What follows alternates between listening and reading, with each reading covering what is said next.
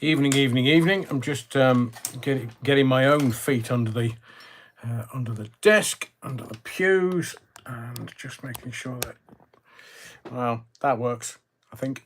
I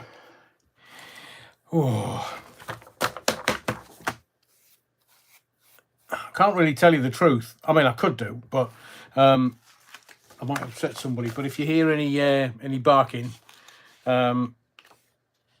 we're dog sitting, and they rule the roost, seemingly. I mean, I don't have a dog. Did have, but I have to do as I'm told. Let me. Have I? Yes, I have. Right, I'm just making sure because we've got a couple of questions this evening. So I'm kind of. Oh, yeah, it's too warm. Right, let me get into fight mode. I jest, obviously. Let's have a go. It's not that. That's that. Is it that? Is it that? Oh, it's that. Oh, make sure I've got the.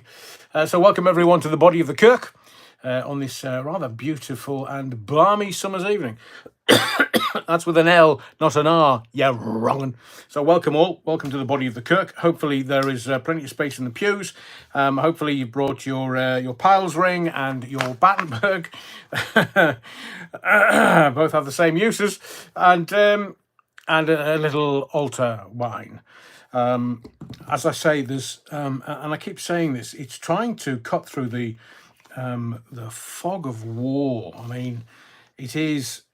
I know that Trump, not that we're going to talk politics all night, but I know that Trump was flooding the zone, and it is insane at the moment. Absolutely insane the way that the news cycle is. It's there 1 hour, not day or week, hour, and then within the hour it's all changed.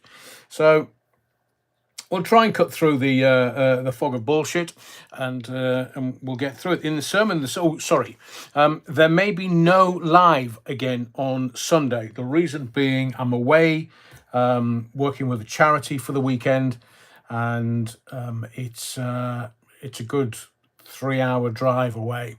So if I don't finish till 5, I might not make it in time. So I'm just alerting you. If there is no live on Sunday, there is no live. But I will put something up on the comment section to tell you whether there is or there isn't on Sunday, and depending on the time that I leave this weekend working with this charity, then I will let you know. But there will definitely be a live next Wednesday. Let me just write some stuff that I was thinking about just before I came on air.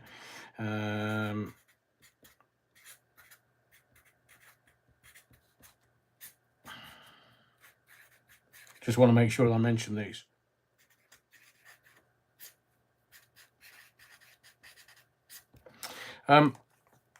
What can I say? Where's Sandra Wytham? You're wrong.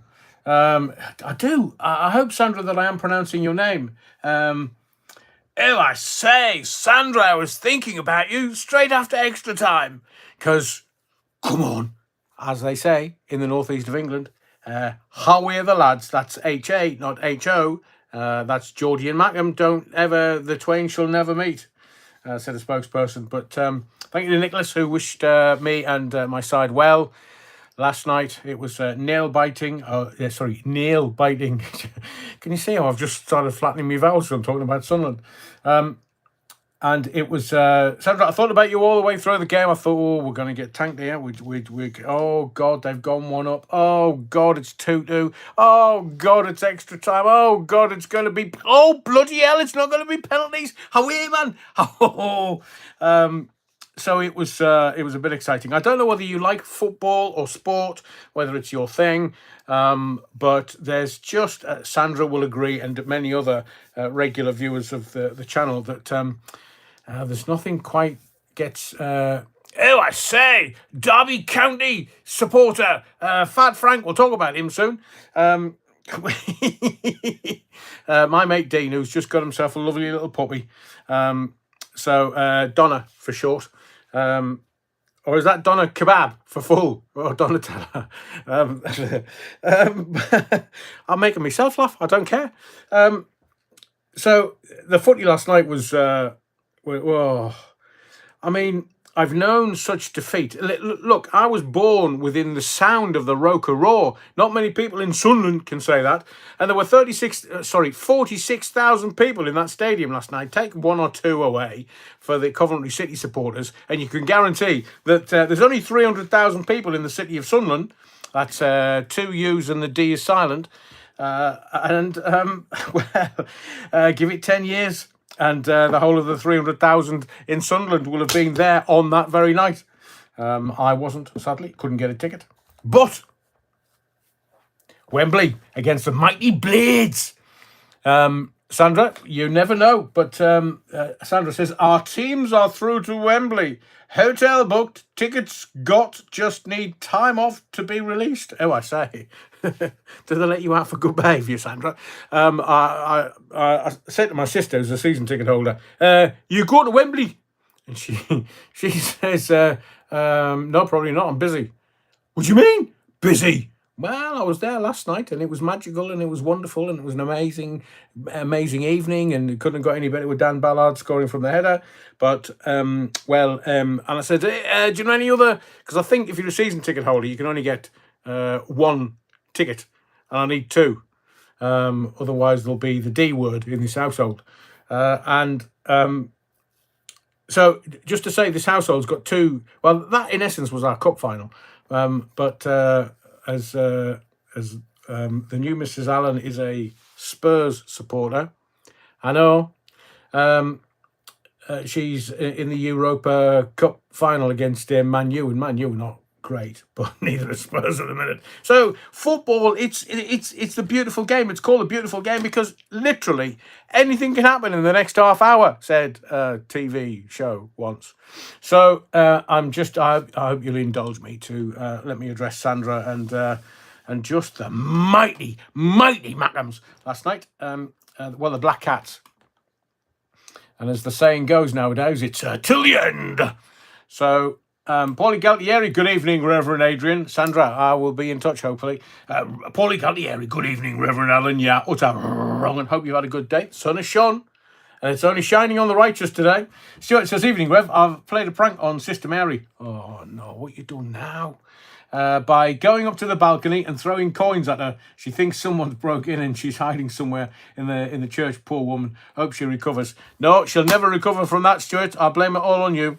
But we are a broad Kirk, so we can do anything we want as long as you don't get arrested for it.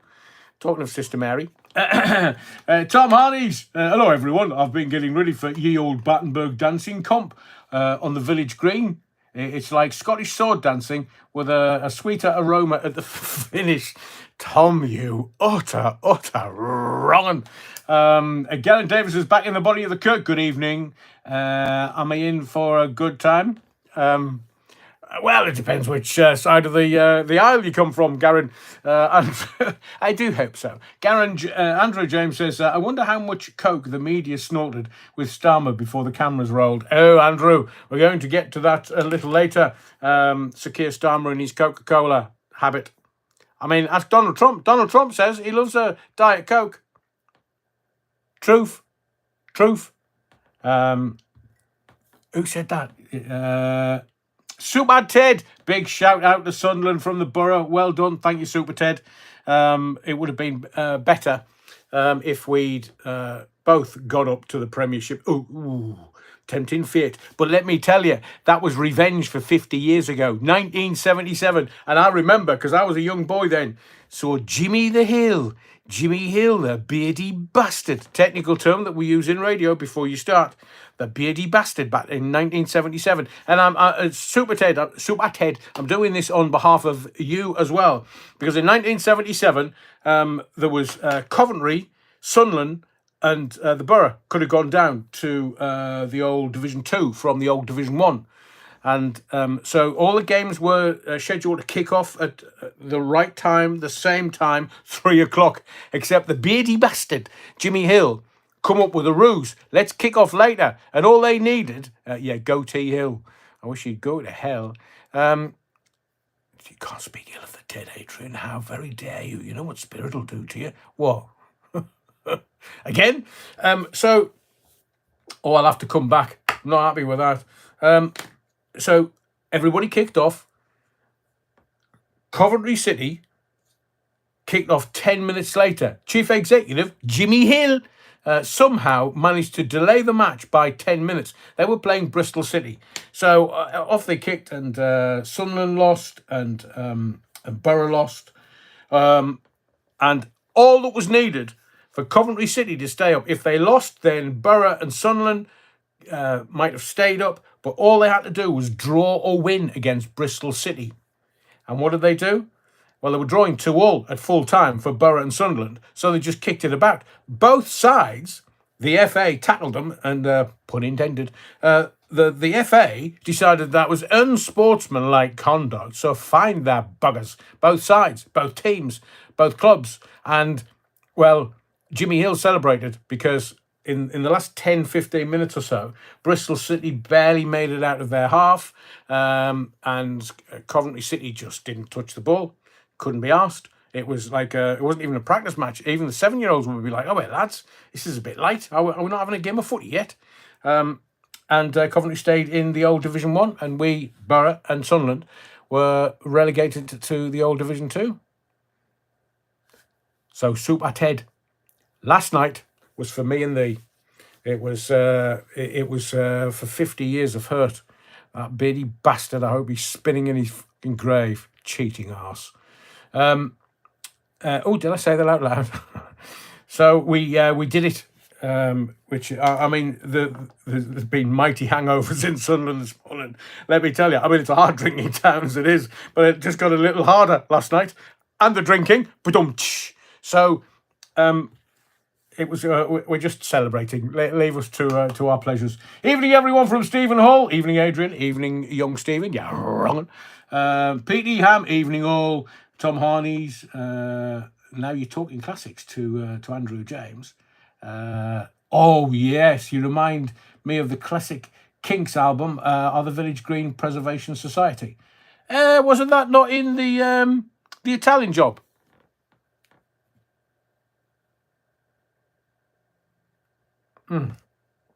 Oh, your beauty. First non-alcoholic of the day. Des Ashton says, "Evening all, every cloud has a silver lining. Car trouble means instead of dinner out with family, we are in and ready for the Rev sermon." Oh, I say, Des. Very lovely to have you in the body of the kirk. You don't want to go out with other people, other human beings. No, stay in and we'll just get up to stuff. We'll raving and misbehaving, as someone once said. Nicky Watson, evening Rev, evening all. The Bovril evening Battenberg lovers. Oh, I say, Bovril. Amalia, oh bloody hell, Amalia's in early. There must be something going on. Evening, Amalia, and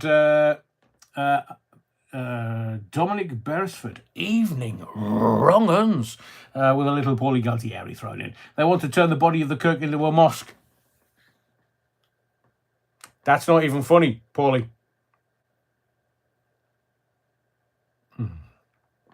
Oh, mind you, tastes a bit unusual. Must be the extra baton, but extra Jaeger bombs. Have I told you the story about being involved in almost an international? It's Paulie Galtieri that set this off. It's hallowed ground. Where's my thing? It's hallowed ground, and no, it's not going to be a mosque. Although everyone's welcome into this broad body of the kirk. So we're not going to say no one can come into ours, but I'm an Englishman with a lineage that goes back, at least on my mother's side, to the Rollo and the Viking sagas, back almost 1,500 years-ish. And Daddy, we were sheep shaggers and horse thieves in the borders. So I can say that there's a lot of lineage to me. It is. I'm always longest in the shower. There is a lineage that goes back. So we just reserve the right to be respectful to my lineage as the ranting Rev, and that's it. That's the end of the story. Really, there's nothing more to say except this international. How can I say this delicately? I I can't really. There was an international incident happened on the Dome of the Rock, and involved me. And we, new Mrs. Allen and I, and other members of the family, we went on to the Dome of the Rock, and you can only go for like 10, 15 minutes a day. They only open it for an hour, but they keep you in the queue for half an hour. So you have to get in there and sprint up these steps in sprint, and they hold guns to your face. And there were the guards who were, I don't know, maybe it's me ugly fizzog. They were a bit nervous, and they said to me, "What are you going up there for?" I said, "I'm a tourist. I'm allowed to, surely. I'm a tourist. I've come all the way from London. Knees up, Mother Brown, knees up, man." And he's like, "No, no. What are you doing up here?" And I said, "Well, we've come to visit. We've been downstairs to the what's known as the Wailing Wall. You may know it as that. I know it as the Cattell." And they said, no, you're not coming up here. I was like, "Oh, right. So you're not letting tourists up here? What they're doing? They're going in. Why can't I?" And they looked in the new Mrs. Allen's bag, small purse, and they said, "What's that?" I said, "That's me kipper. Couple, however you want to describe it. The stuff that you put on your head to protect your crown chakra." And they said, "Are you going to worship?" I said, "No. What would I do that for? I'm a bloody Christian, man." Anyway, it was getting rather indelicate, shall we say. So I still had these guns pointing in my face. And they said, "Right, you can't come up here." So what do you mean I can't come up here? I've travelled all the way from Blighty, all the way from England, and I'm going to go back to England saying, "Oh, those bloody Israelis." We're not. Schoolboy error. We're not Israelis.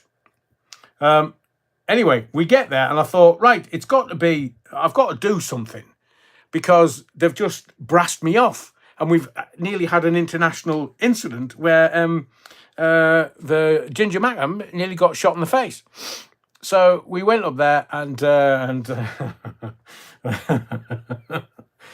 didn't have a bacon sandwich on me at the time, and I didn't have any alcohol on me at the time. But what I did have? What did I have? "Oh, let's take a picture of you. Right, stand in front of the Dome of the Rock. Just put your arm around her. She's not that bad. Put your arm around her. Click, click, click, click, click." All of a sudden, the bloody army comes running up, going, "Can't do that, can't do that, can't do that." I said, "What? I was only taking a picture. It's beautiful. Why can't I take a picture?" "You can't touch a woman up here." I said, "I didn't touch a woman. I was taking the pictures." "Get off.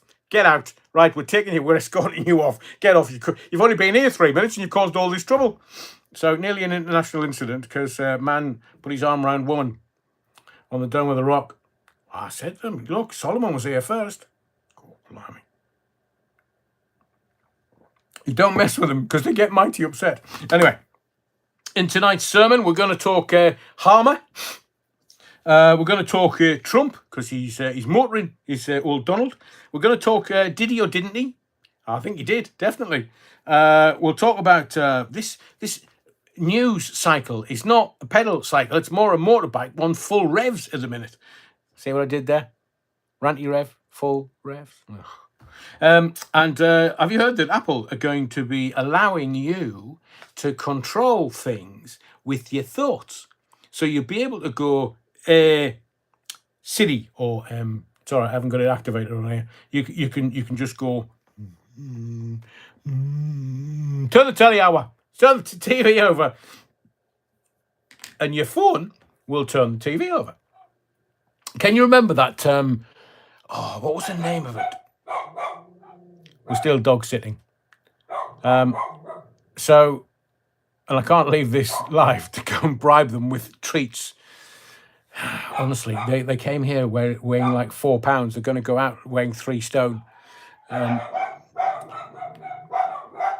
So there is a dog somewhere around us that's worked out. There's 2 little dogs, yappy little things, beautiful and fluffy, but yappy, living here for the moment. And it's gone, "Ooh, I think I'll have a party. Hello, it's me. Do you want to come over here? I've got bacon, I've got meat, I've got loads of stuff and no alcohol, sorry." So these 2 here are like, "Oh, brilliant, there's a party going on over there. Can we go?" What breeds are they? Says, hang on, let me get to the bottom of the. Honestly, I want to get into this live. Stuart says, what breeds are they? They're little breeders, that's for sure. They're I keep calling them Sauvignon Blancs, but are they Cavachon, Briche, Cavachon? I don't know. I mean, they're beautiful, absolutely. I have a Staffy, Adrian. Oh, I think I said Staffy. Even Stephen. Me too, but it's under the desk. Max Star says, got a chance to see her live again. Oh, Max Star, welcome to the Body of the Cook. Let me get a little further down. And Hayden says, Couriers, Every and DHL merged to form UK delivery giant. Bloody hell, Hayden. I mean, Every is DHL. Do you not use... what's the other one where you don't take it to the post office, you just take it and drop it off in a box thing. So is it Cavachon, Briche, Cavachon? I don't know. GWP is a good breed. What's GWP, Simon? My last dog was a Staffy. Not able to have one now, unfortunately. Thank you, Les. Oh, thank you for the emails as well. It's a bit not busy. I'm going to try and catch up with my emails some point over the weekend whilst I'm working with a charity. So Cavachon, it's a Cavachon. I call them Cabernet Sauvignon. I know they're not wine, but they have Cavachon is a popular designer dog breed, a cross between the Cavalier King Charles Spaniel and the Bichon Frise. Oh, it might be a Bichon Frise, but we have long conversations, me and the dogs. Take them out for a walk. It's amazing. The reason why I love taking dogs for a walk, I haven't got one. The reason why I'm loving taking these dogs for a walk, you meet all kinds of people, and everybody says hello. Is it? Are they saying hello to me, or are they saying hello to the dogs? More likely, the dogs. German wire-haired pointer. That's not what they are. Vix just lost hours Easter weekend. Sorry to hear that. My dog is a Labrador. Karen says, evening, Rev. Evening. And Willis, we're going to talk about... Well, we'll start with a question, because I'm not sure how long this live's going to last this evening. But I did want to talk about Peter Sullivan. That's innocent Peter Sullivan. I thought he was a racing commentator. So Peter Sullivan was labelled the Beast of Birkenhead, or rather the murder that he was jailed for. 38 Les Griffiths. What are they called? Jack Russell Shih Tzu crosses. A Jack Shih Tzu. Or a little Shih Tzu if it don't come anywhere near. If you throw the ball, it don't come back. Little Shih Tzu. The Bad Wolf Project. So the Rev, does this mean you're now into dogging? So long as I can walk them and not take the car. Mind you can't really wind the windows down, can you? Amalia Grassi, miffed. YouTube keeps collapsing on me. Had to turn phone off and back on again. Absolute shite. Desperate for a new one. Well, I feel your pain, Amalia. I'm not tempting fate with this tonight. We are connected for the moment. And so can I let you into a secret? So EE is shite. It's proper shite.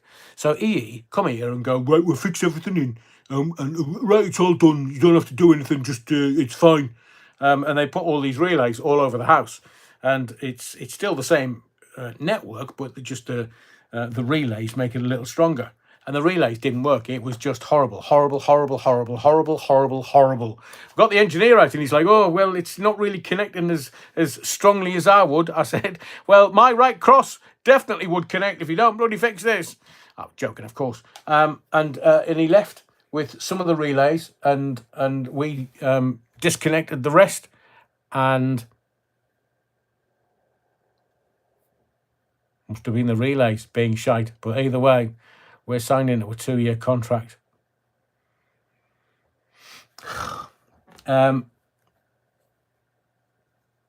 on, a 20-minute dog walk usually turns into 90 minutes for me. People always stopping to chat with. I know Nuki Brown. It's brilliant. I've been I've had my dog cherry popped, taking them for a walk in the morning, and we get to there's like loads of fields and countryside and stuff, and it's literally the minute I let them off the lead, poof, They're gone. And I've got to bribe them with treats to come back. Obviously, my personality doesn't work. I've just got to bribe them with treats.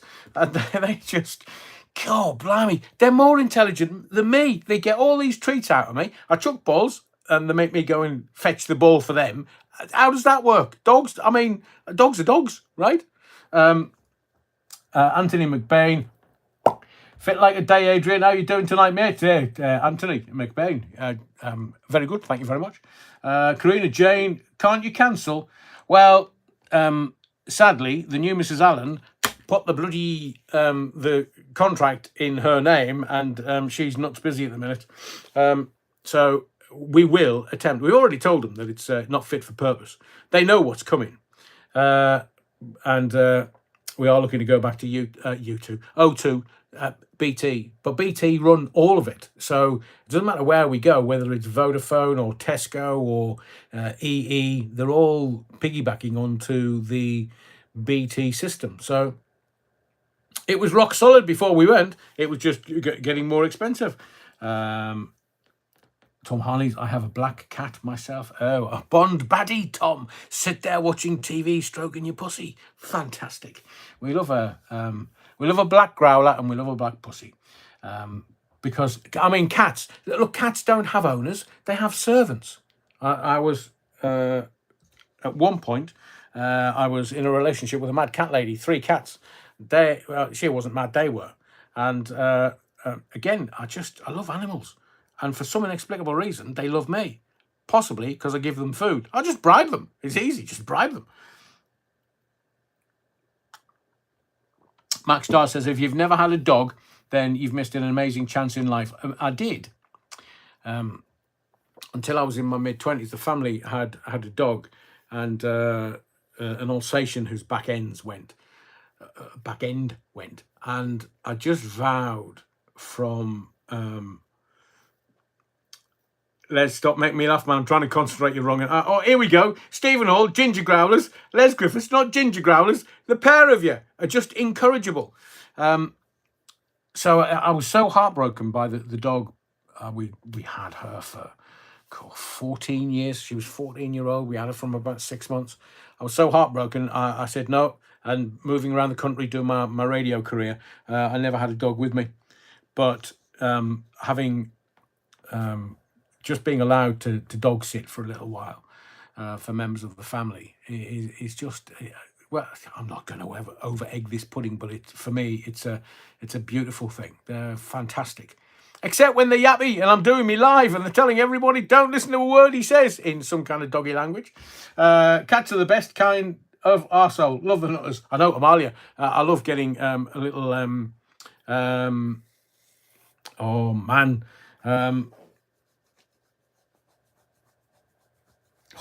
Do you know,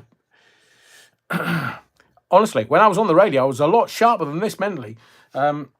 Those little pens that you can get that shine a light and just shine them up the wall. Cats go nuts for them. Oh, Jackie Glasgow says, evening all from this mad old cat lady. Had dogs and had cats. Love them all. Me too. Laser pens. Thank you, English bottle cap. Jesus. Honestly, trying to pick out... There you go. So they're watching downstairs and they're thinking, right, when he gets settled, we'll just start shouting and yapping and saying hello to all the dogs in in the area. So let's concentrate, and we'll concentrate by Amanda Sky says, I have a dog, 2 tortoises and plenty of wildlife. I just honestly, I'm a softie when it comes to animals because I can't. We have, I mean, you can't see past the flora and fauna in the corner of the room. I've looked after that yucca for bloody hell, it's 13-year-old now. And what was I going to tell you? Yeah, so we've got this weird tree in the back garden that comes up with beans. And the parakeets, some parakeets that live locally, don't know where, never seen them before. And we were thinking about chopping the tree down. And I was like, no. The parakeets love the beans. Let the parakeets have the beans. And twice a year, the tree throws off some loads of beans. And the parakeets go, oh, hello, Rev. Lovely. Fantastic. Stuff the Battenberg. We'll have the beans. I think it'll have the opposite effect on the parakeets, to be fair. So it's and whenever I go into hang on, Des, what you said now you're wrong. And the pencil sharpener was invented when a bloke watched a cat walking away. Yeah, yeah, and don't test it. Dogs bring out the absolute best in us, says Stuart. I get it, and I've this last 10 days or so, whilst the little ones have been running around, and they have their brother and sister, but they have very, very different personalities. I mean, he's a proper lad. He's just laid back. Like, you give him his breakfast first thing on the morning. He's like, oh, don't be silly, man. It's first thing. I don't eat breakfast until 4 o'clock in the afternoon. But her, bloody hell, she's an eating machine. She'll be like, oh, I'll take his and I'll have mine. And then is there any extra? So he's a proper boy, proper boy. And she's just in, and Hayden, yeah, we're going to talk about Mr. Creosote Lammy and he's nearly 600 quid taxi ride. Oh, definitely talking about that later. But it's just seeing the personality. So like this morning when I took them for a walk, not to bore you with this, but I know we've got pet lovers. And maybe I should rearrange that to Pet Shop Boys within the body of the Kirk. When I was taking them for a walk this morning, there was all these different dogs just kind of coming up and saying hello. And he loves saying hello. He's a very sociable dog. She's like, oh, I've just had my breakfast, man. What we're doing? Are we doing a walk or are we doing a walk? Or I want to go home because there'll be seconds when I get home. And he's like, oh, hello. I'm just living down there. If you want to come down and we can run around, chase balls in the garden. And he runs to the field and then runs all his energy off. And then he'll come back to me as if to say, I'm knackered. Can I have a lift to go back home? No, you'll walk back. Oh, do I have to? I've only got 4 little legs. And then all of a sudden, oh, do you want a treat? Oh, right, okay. I'll walk on my own then. Leave us off the lead. And she'll look at me going, is that really a treat? I can't believe this. I've just eaten my breakfast. Oh, go on then. Twist me paw. So I think for all the pet owners in the body of the Kirk this evening, I think I've been... I've had my arm twisted, but I'm not sure I can get round the other members of the family in the house because we're a very busy household. Jackie Glasgow, what about the 3 men on a train to Ukraine? I think the train went a little quicker after that. I am going to talk about that and Sir Keir Starmer and his Coca-Cola. Terry Walkfit says the taxi driver's been charged with theft of Lammy's luggage, mate. Well, I do need your help before we get to the first question of the evening. I do need your help because I understand that Creosote Lammy has, he's basically he wanted to get from Italy to France with his missus in a taxi, and the taxi driver went, he's either been Italian or French, and he's gone, right, all right, and it's €600, yeah, all right then. And Lammy's gone, lovely. And he gets to France from Italy, which is no mean feat if he's had a taxi, and he's refused to pay the €600 taxi fare. What do you mean? A wafer thin mint? No, €600, you tight ass. No. I'm not going to pay that. Right, you can bugger off, because I know you kind of people. I'll keep your luggage. Ew, keep the luggage. All it's got is wafer thin mints, you fat tart. And, has anybody got any 4XL Y-fronts for Mr. Creosote Lammy? Because he might need some.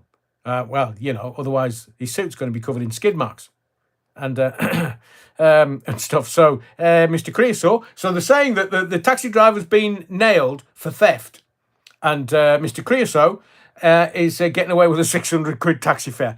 Oi. And he'll have tried to he can put it on Xe's and have the taxpayer pay for it. Can't do that because we've seen through the corrupt Labour government.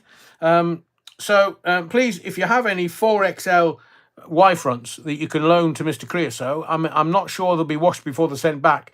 But Burlington Bertie, sleight of hand, quicker than Paul Daniels. Les Griffiths, what did he refuse? We'd have reclaimed it on expenses anyway. Yeah, he wasn't going to spend €600. But I mean, Italy to France is it's a bit of a schlap. to be fair. Aidan Wellsmith. David Lammy once hailed a cab, but forgot in a moment, quite drab. To pay for the ride, he just dashed off to hide, leaving Taxi Joe rather drab. That's very good, Aidan. Des Ashton, Foreign Secretary, BFLB. BF, Foreign... You're going to have to explain that one, Des. Is it potty mouth time? Oh, can you remember Michael Bentine's potty mouth time? We should have that on here. We should have potty mouth time. I'm telling you, if you're not old enough, you've not lived. Let me just write that down. Oh, I'm being inspired by you tonight.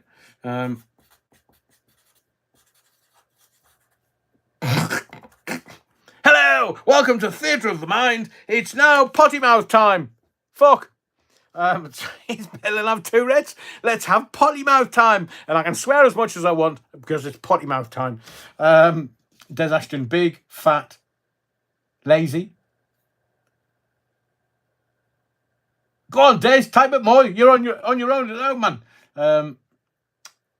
So yeah, let's have we can have potty mouth time because it legitimately was a TV show, and we can just reference Michael Bentine's potty mouth time. Potty time was mental. Mad Puppets. Potty time. Yeah, I know. It's Michael Bentine's potty time. It was fat, big, fat, lazy bastard. So it's potty mouth time, Des. We can get away with it. If you want me to swear, I can swear because it's the Theatre of the Mind potty mouth time. Id, just home, lovely lamb lunch. Gonna have a shower and join you afterwards. I hope you're not thinking about me while you're in the shower, you wrongin'.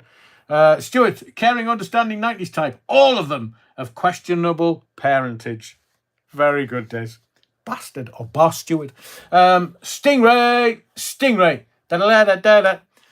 Anything can happen in the next half hour, including potty mouth time. Brilliant. Oh, finger mouse. Now we're really going to get into trouble, Les.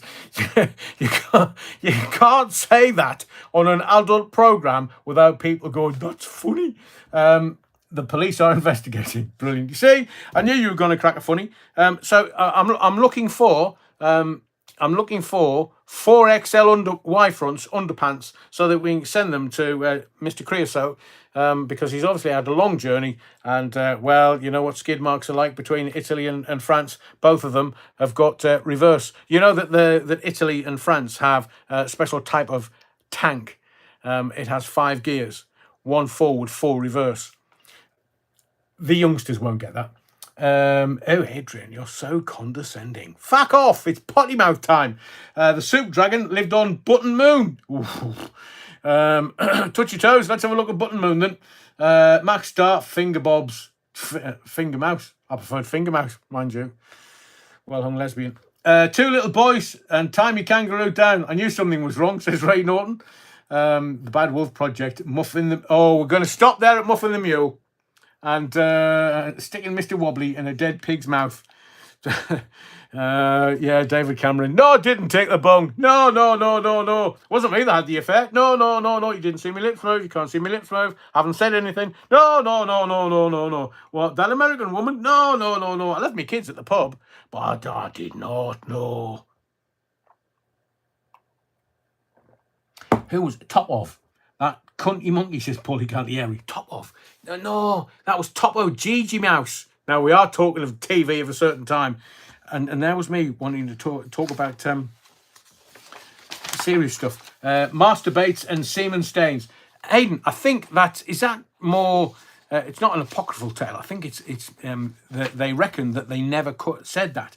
But can you get a copy of Captain Bob and Captain Pugwash? Captain Bob owned the Daily Mirror. He went for a swim, didn't come back. Roger the Cabin Boy, yeah. No, really? Hang on, I've got to get that one. The All Bovril says, when you sang Stingray, na, I went na, at exactly the same time as you. That's what TV does for you. Anything can happen in the next half hour, and whoever did that had a Johnny Big Bollocks voice, let me tell you. Coming from 40 years in radio, that was Anything can happen in the next half hour. Fantastic voice. Mandelson's appointment was to provide him with diplomatic immunity. Never thought of it myself, but it makes sense. Evil buggers. Lauren Taylor. Well, it would, wouldn't it? But then you've got Macron, and should we talk about? Yeah, we'll talk about him. I was going to talk about Ed Davey to start. Then I was going to talk about Nigel Farage and Rupert Lowe, because you know the case against Rupert Lowe's been hoyed out, to quote a very wise man. And we can talk about, I want to talk about Panorama, Special Forces. I saw war crimes on the BBC. Oh, the BBC, man. What are you doing? What are you doing? We'll talk about that later, because it's just the pun's not intended. It's just a hit piece on the Special Forces. And no wonder all the Special Forces are deciding to leave and go and work for much more money in the private sector, when the government needs psychopaths. That's all the SAS and the Special Forces are. They're just psychopaths, but they're trained psychopaths. Topo Gigio, says Amalia. I know, wrong spelling though. So, should we talk about... right, I'm going to ask you a straight question. Thank you, Stuart. Blimey, that's early doors. Can I see it? Hang on. Thank you, Stuart, for the Potty Mouth Fund. Brilliant. Brilliant, brilliant, brilliant. So I'm going to ask you a really straight question. Because, you know, this white paper that Laia Starmer has... Because I think 2T is a bit hackneyed now. We could do Harm with the Starmer, or we could do I'll have mine with a Coke, please, Starmer, and we could have White Bag, the White Bag Man, or is he White Van Man? Well, he's White something man. But I'm going to ask you some questions tonight, and I think the first one is going to tickle you. So, Cam Pugwash ship was called the Black Pig. Was it really? Cuban Pete 1. Free gear Starmer, it definitely was. I mean, I tell you what, can you imagine going out with Macron, Emile Macron, and his husband? Can you imagine going out with them? And, oh, sorry, you didn't see me lips move. And he palmed it off the desk. And I posted on X. Roger, says Gary Shabot. Sherbet man, dib, Matthew. It's disgusting what they're doing to the SAS. I completely agree, Max Star. We'll get to that in a moment, because the question I'm going to ask kind of encapsulates both subjects that I'm talking about, kind of politics and the migrants and the white paper. Harder way and shite, man. Adam Whale, the Albos love me. Planet of the Apes, I saw them, 3 of them. That's what they were doing afterwards. Honestly, I've got the tape. Can you not imagine those 3? It wasn't exactly personality central, was it? Emil, stop doing that. Your husband's not going to be... Your husband's not going to be very happy. Can't see my lips move. Hang on, Ray Norton, put your first rap in, your first rap out, in, out, snot it all about.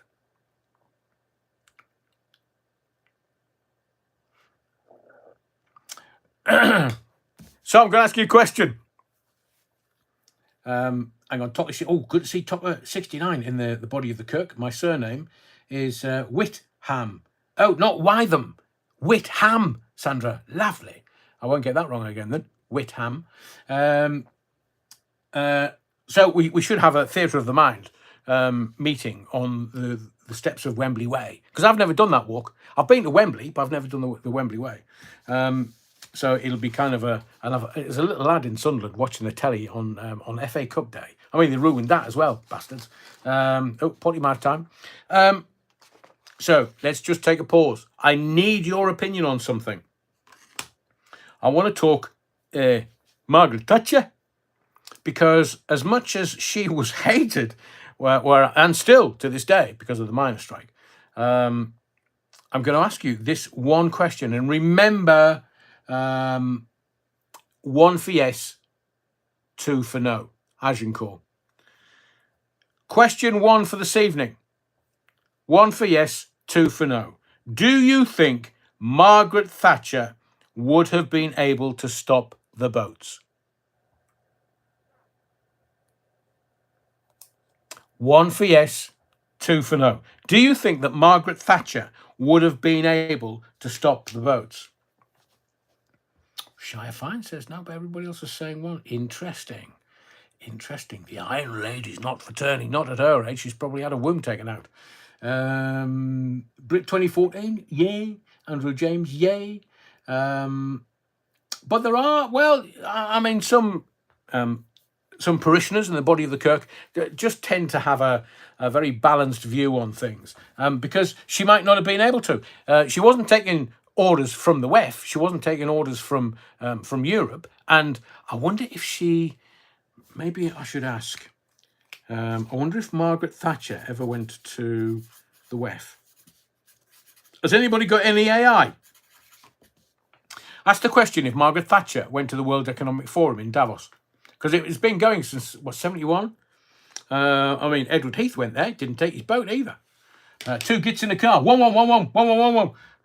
I think we've got Marconi in the building. Burlington Bertie, she's probably turning in her grave. Les Griffiths, I hated that woman, but you couldn't fault her foreign policy. Oh yeah, Johnny Foreigner, no, Baggerolf. And who was it that was bragging about goosing her in 10 Downing Street in front of the fire? Gary Shabot. Gary, thank you for the comment of the evening. The question was, do you think Margaret Thatcher would have been able to stop the boats?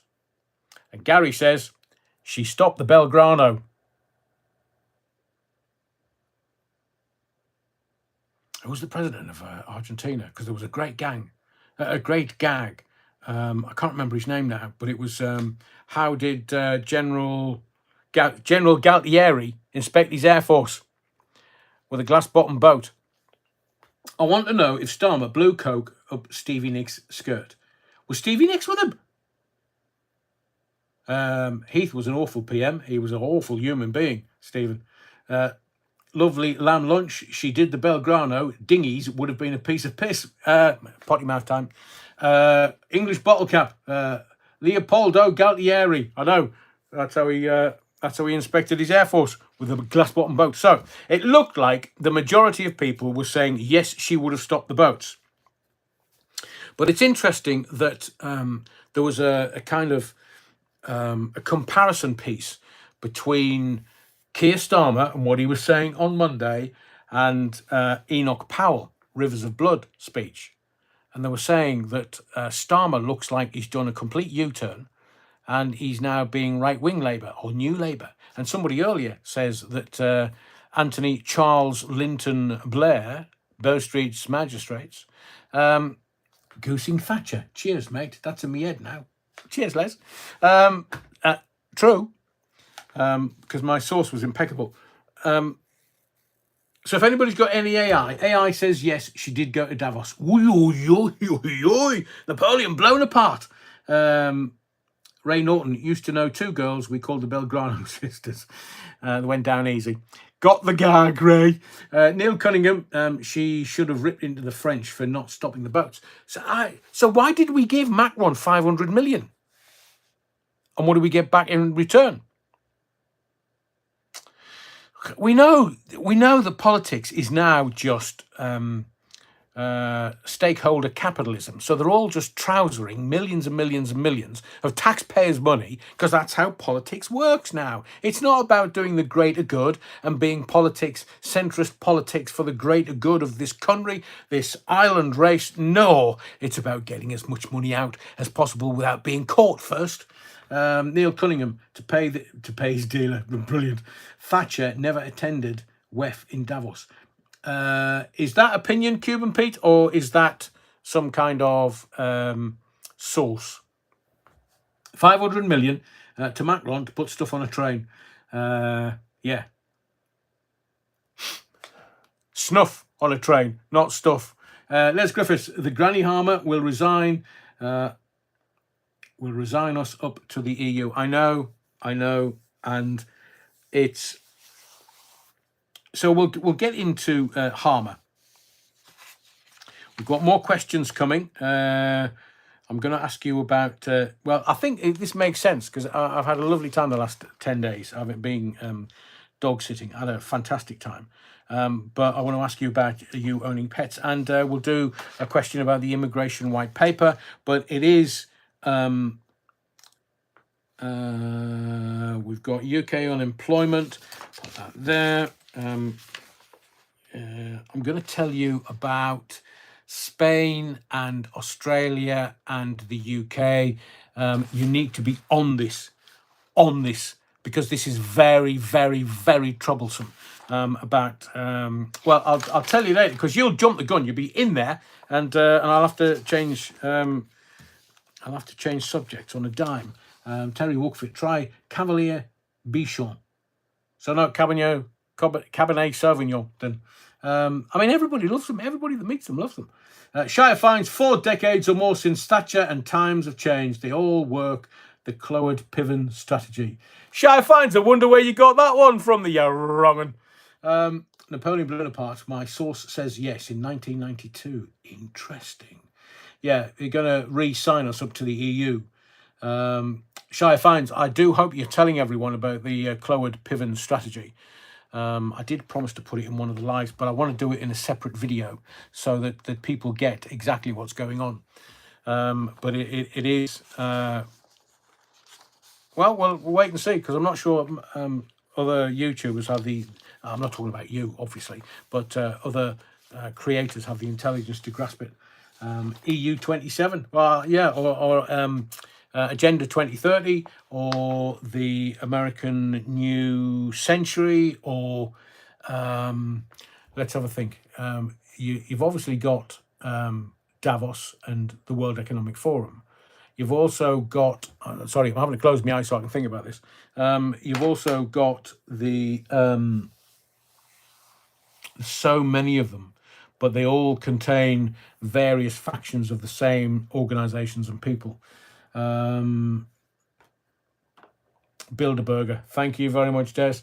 3 times, she went 3 times to Bilderberger, but so did her chancellor. Well, I was going to tell you something and I can't.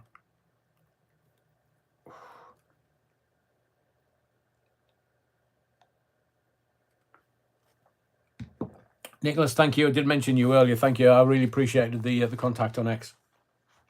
Aidan Wildsmith Lawson, yeah, and seemingly he was Healy was Labour. Can't.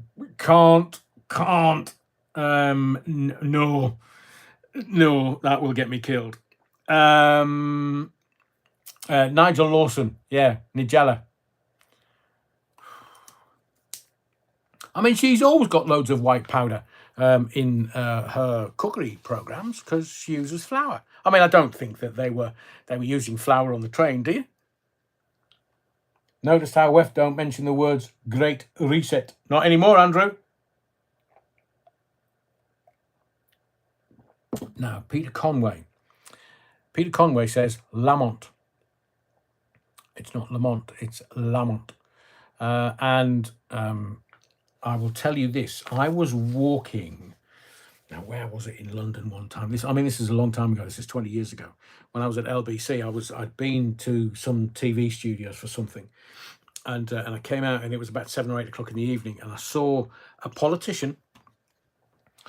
It wasn't me. You can't see my lips move. A politician that was kind of, well, if I said the word dominatrix, would you understand what I was saying? Frank Boff did. And she was, well, in my view, she was striding up the road. And then there was this little, almost insignificant politician running behind her. Yes, ma'am. No, ma'am. 3 bags full, ma'am. Lauren Taylor, is it icing sugar? It would be with Nigella. She makes great cakes. Bamberg cakes. So I watched this thing going on, literally walking past me up the street. And she was like, she wasn't interested in him behind, but he was definitely connected to her. And he was definitely doing as he was told. And he was definitely walking after her and trying to keep up. Not Curry. No, Stephen. No. And I've just given you the clue, man. And And I just thought, he's a sub. He's running after a dominatrix.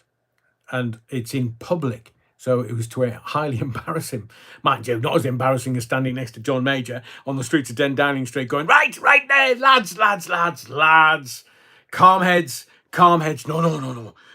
This was in the 90s when we were going bankrupt. No. We're going to come out of the EMF. I've told you this story before. The European Monetary Fund and the EMF. And basically what has to happen for a fiat currency like the pound or the Deutschmark or the franc, they have to go into the exchange rate mechanism. Forgive me, I gave you the wrong acronym. The ERM. And Norman Lamont stood on the steps of 10 Downing Street with John Major, and John Major went, right, lads, calm heads. What we're going to do is we're going to come out of the ERM, the exchange rate mechanism. And a fiat currency like the Deutschmark and the franc and the pound would have to stay in the exchange rate mechanism for 3 years. So they kind of devalue the pound or whatever fiat currency, and then they bankrupt the country, and then they get you into the ERM, and then just float the country, and they make a shit ton of money, the Europeans, because they're all corrupt. It's all corrupt. Ask the Kinnicks. Not saying any more. Just ask the Kinnicks how much they made, and they made more than they made being head of the Shadow Cabinet. So when John Major turned around and went, what? We're in the ERM. How long we've been in the ERM? And it was only months, but it was killing us. And Major was like, no, stop. This is my Chancellor in Norman. And well, what we're going to do is we're going to come out of the ERM because it's bankrupt in the country. And Norman went, yes, we're going to come out of the ERM. And the whole country turned around and went, hang on, when did we go into the ERM? We didn't know about that. Because the Europeans, the old money, the very, very old money, is not in Switzerland. It's in the square mile in London. You know that's an independent state, don't you? You do know that. You do know that it's got its own police force. You do know that. And you know that London is wealthy because of that square mile. You can talk about the money boys and the traders and making a shit ton of money, but that is why Terry Wookford, what are you talking about a laser pointer for? We've moved on from that 5 minutes ago. City of London police is far better than the Met. They just murder people in the Met after abducting them, of course, and then go raping women. Grubby. City of London police. The Maastricht Treaty was all about currency manipulation. It was, Des, but the Maastricht Treaty was... that's why Blair and Norman Cook had to go and sign the Treaty of Nice and the Paris Accord? It's definitely the treaties of Nice after the Maastricht Treaty, because the Maastricht Treaty didn't go far enough. Somebody mentioned Dennis Healey. Maggie Thatcher once said, every Prime Minister needs a Willie. She meant Willie Whitelaw, but many people misunderstood her. Dennis Healey needed to shave his eyebrows, at least once. City of London is one side of the pyramid. Oh, Les. Shh. Can't give all the games away.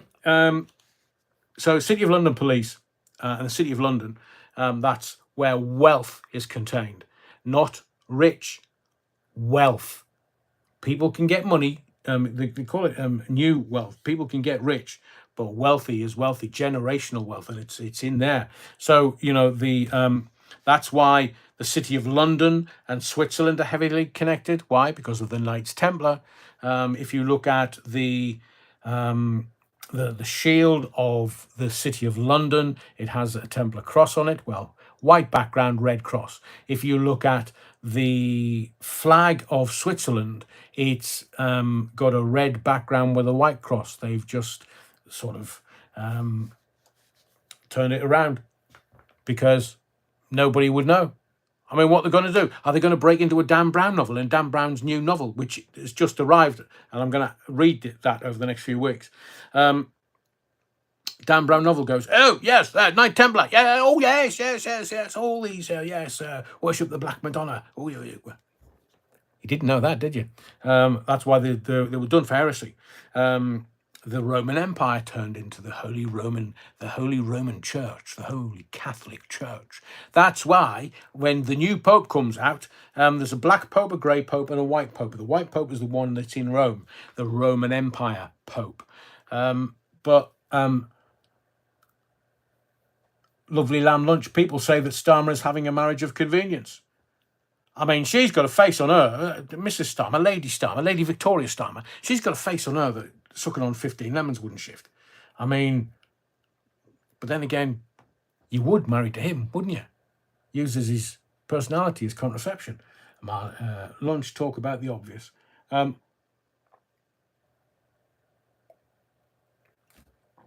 Swiss flag, the only square flag.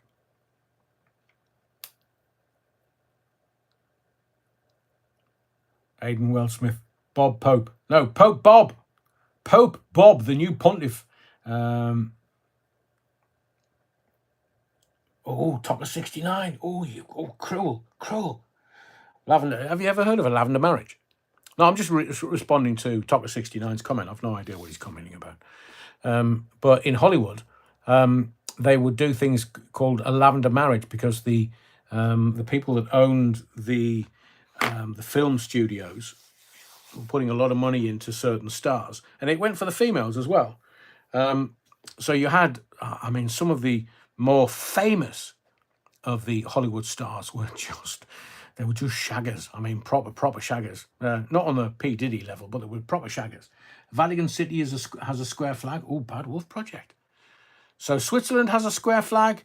Vatican City has a square flag. Does the City of London? And does Washington, D.C.? Ooh. That's a rabbit hole we should go down at some point. So we've got... I was going to tell you something there.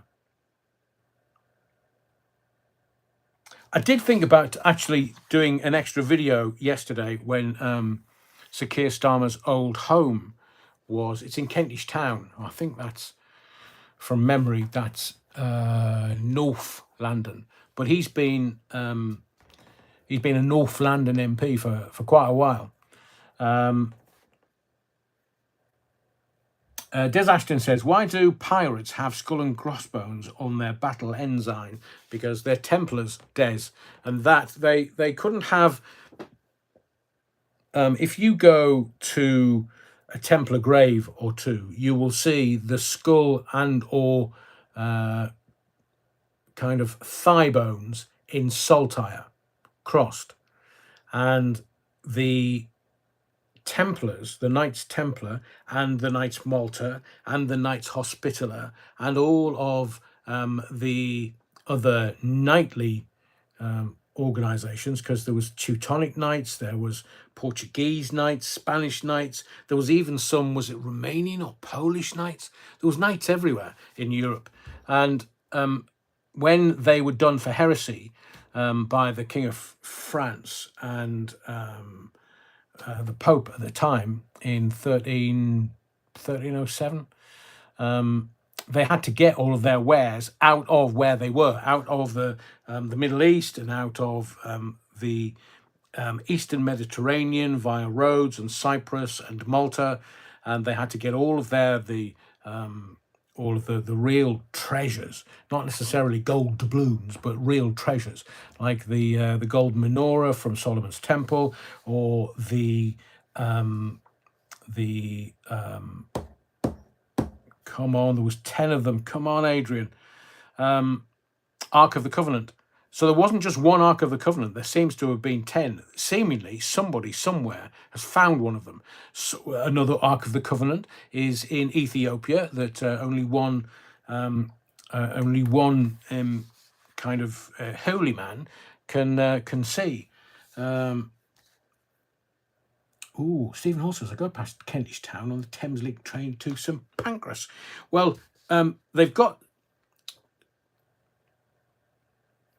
So, I have to be very careful legally here. But I will say this. I'm a proper cynical old tart.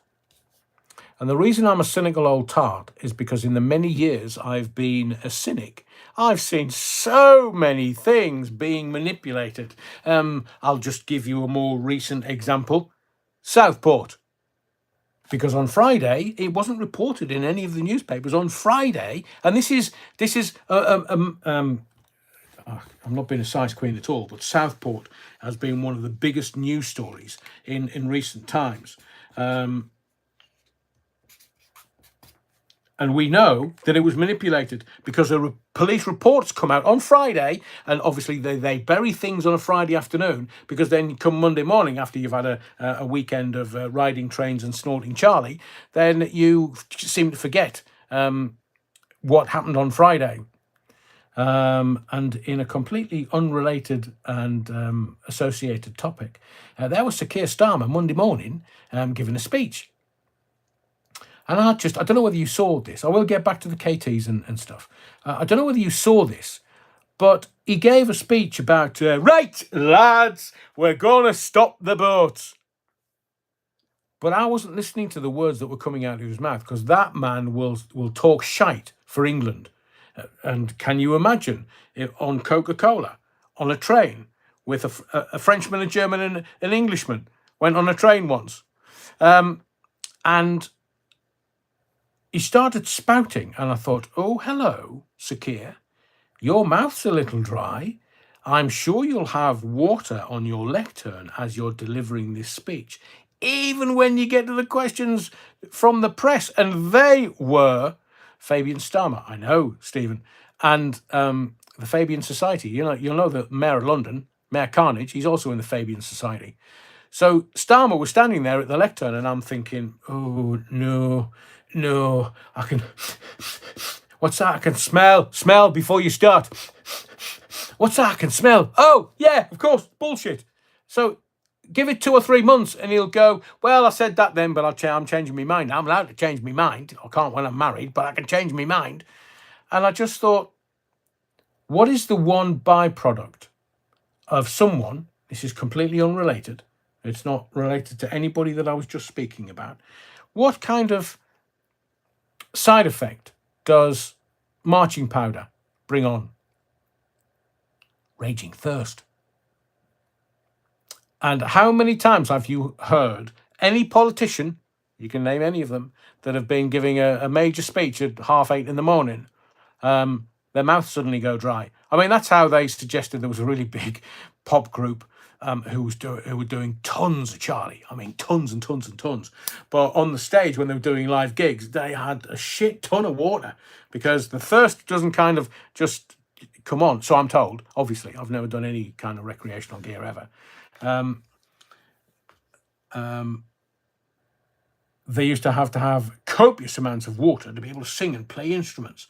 And paranoia, dangerous. I know, but look at Sniffy. Look at Zelensky, Sniffy boy. I mean, it's like marching powder. He's doing it on an industrial scale, so I'm told.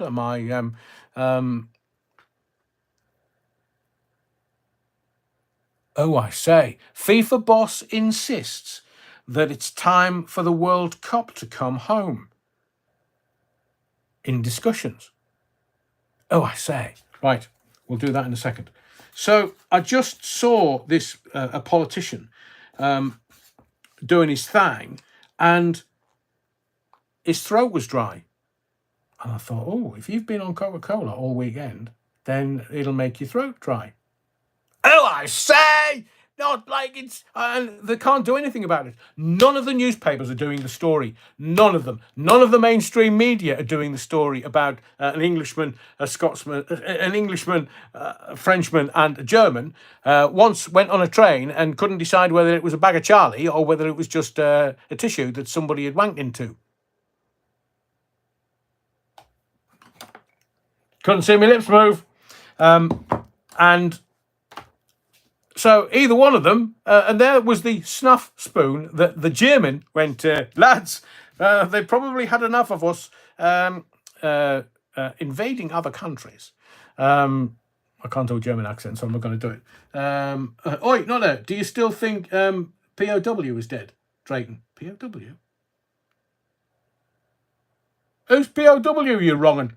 The Umerian meme, the guard lives with the ark. Yeah, he does. He does. In Ethiopia, but there's 10 around the world, seemingly. But nobody knows where the ark is that housed the 10 Commandments. Well,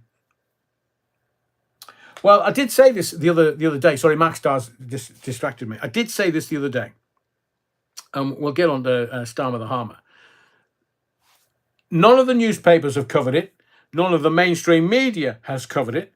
None of the radio stations or TV or any media anywhere other than everybody just went on X and started pissing themselves laughing. Why did they do that? Because they're morons. They're clowns. And they walked into this room where they suddenly went, yeah, bring all the media in and we'll do a photo shoot. Yeah, after we've done our gay boy dancing. Yeah, we'll do this and we'll do that and we'll do the other. And I've got a really nice leather jock strap on here. You know, it's an Englishman, Frenchman and German. We've got no jocks in there. But look, if there's been these allegations made, it's really simple. It stays in your system and the length of his hair. But did you notice he's had a haircut today on PMQs? I watched it and I thought, whoa, you're a bit extra grey. Are you gone bald, mate? Were the Anon attacks an attempt to distract everyone? Oh, maybe. So the arson attacks. I did also think of that English bottle cap because my cynicism knows no bounds. I mean, there have, the people have died. What can I say? I'll just give you 3 words. Dr. David Kelly. And, you know, people get hundreds of millions of pounds and they don't say it's corruption. Well, I've got 2 words for that. Michelle Mone. I've got people that have disappeared. And some people have said, well, Edward Heath took people sailing in the English Channel. The Bad Wolf Project says, funny, Alex Phillips appeared on Dan Wootton's show, but said nothing on her Talk TV show. Controlled narrative. They're all shitting themselves because these boys were grinning like Cheshire Cats. And, I mean, look at Macron. Macron must have been off his tits on something. It might have been extra strong coffee, but he was definitely getting a little recreational and using stuff to give him a bit of a pep. So, you know, you can buy the strong coffee. Starmer's pants are on fire. I think they're a little moist at the rear, from what I can gather. Andrew James says, shush, noticed all the arson attacks and intruders are only around when MPs and PMs are abroad. I know, deniability, that's what they're there for. So I think that the arson attack on the door, on the house, seemingly there have been other attacks. And it's a really difficult story to present to you and I, because if you give out too much information, and this will have been controlled within an inch of its life, because they don't want to give away the address anywhere, because they know that if somebody does it, somebody else will try and do it. And please, I am not suggesting that happens. I am suggesting that it is better as a story. I'm not talking about the actual act because I respect the process of law, that the newspapers have had to be very circumspect around reporting of this, not because of who was involved, but because of the address, because it's quite dangerous. So Special Branch will have been involved, definitely. He'll have had...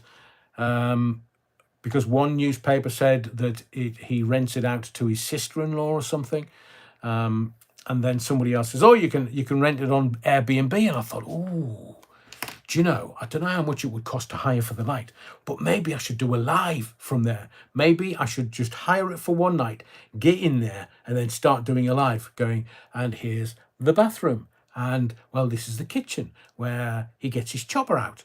And we could talk about that. And then I would take you to where the magic happens and go, oh, here's the bedroom. This is obviously where... You know what I'm saying? I can't now, for varying reasons, most of them being legal, but you know. Well, look, he was... him and his son were invited round to Lord Ali's pad. So, Sir Keir could invite Lord Ali round to his pad. It's just how friends work. You just, if you get a takeaway, and just like Portcullis House, they've got WhatsApp groups for getting a takeaway. So if you're getting a takeaway, and I'm kind of talking to the regulars now who know what I'm talking about, who know what I'm talking about. I've got no clue what I'm talking about. I'm just a daft lad getting away with it. So they would just order their takeaways to Portcullis House. Well, as a friend, Sir Keir Starmer, when the wife's somewhere else and the bairns are somewhere else, studying for their GCSEs and their A levels, and for going into the army as an officer, because then he'll be able to get his boots on the ground in Ukraine. He's at the right age. You know what I'm talking about, and you know why I can't say any more. Yeah, Rollins. E's are good, Ebenezer good, naughty, very naughty. I wonder if they were.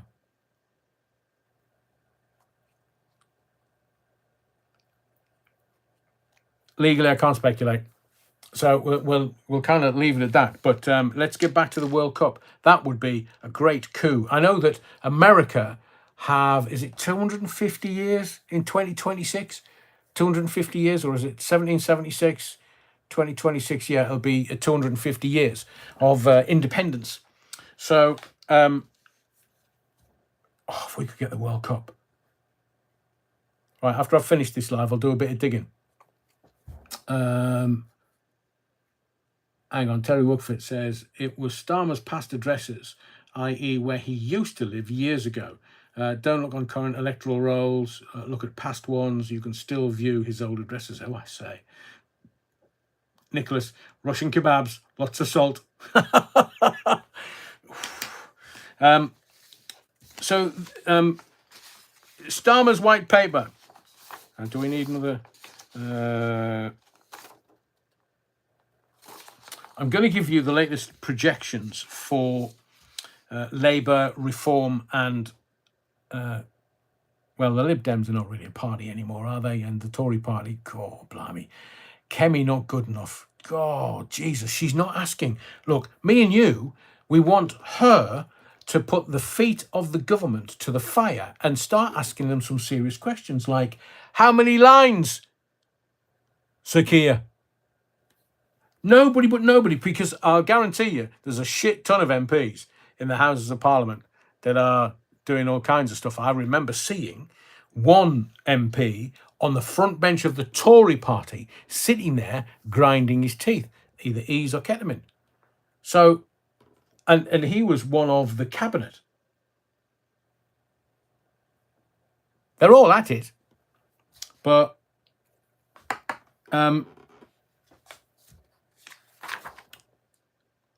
so just before I came on air earlier, Rupert Lowe will now not be prosecuted over the Reform bullying allegations. Genuinely. So they removed the whip, told him he was being expelled from the party. He's now an independent MP. So what kind of embarrassing situation do Reform find themselves in? Rupert Lowe will not be prosecuted over the Reform bullying allegations. He's wholly innocent. There's no criminal activity. And that was the only reason they took the whip away and sent him out of the party. So I'm going to ask you a question. It's 1 for yes, 2 for no. 1 for yes, 2 for Agincourt. I'm going to ask you this question. Now that Rupert Lowe will not be prosecuted over the bullying allegations, the police have said it's not going to go forward. The CPS have said we're not going to prosecute.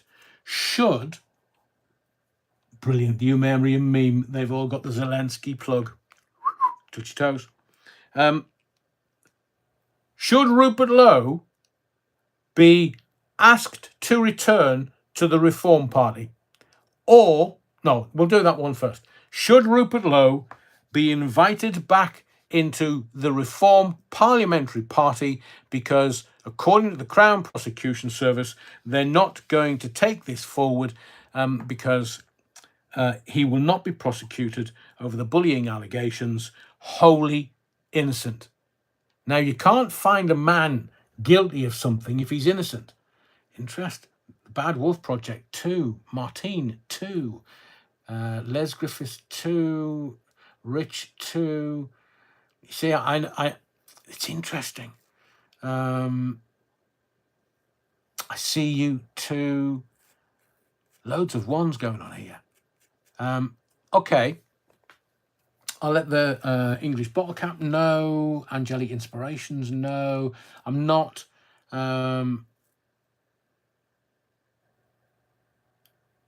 Interesting. Terry Woodford says the English Bottle Cap. Not necessarily.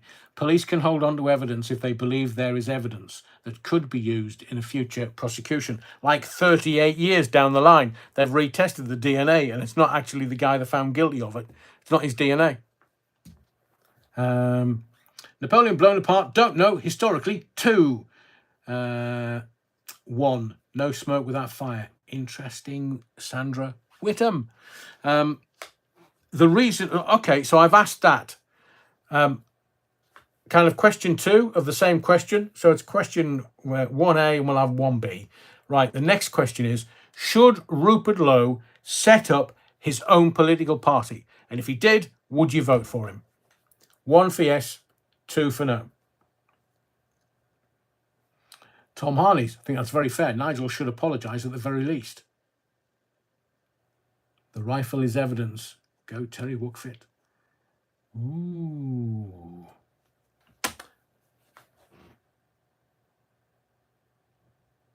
Oh, the Bad Wolf Project. What dirt does Lowe and Habib have on Tice and Nige?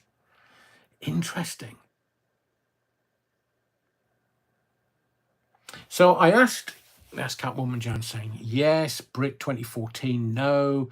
Garen Davis, 2. Should join with Ben Habib.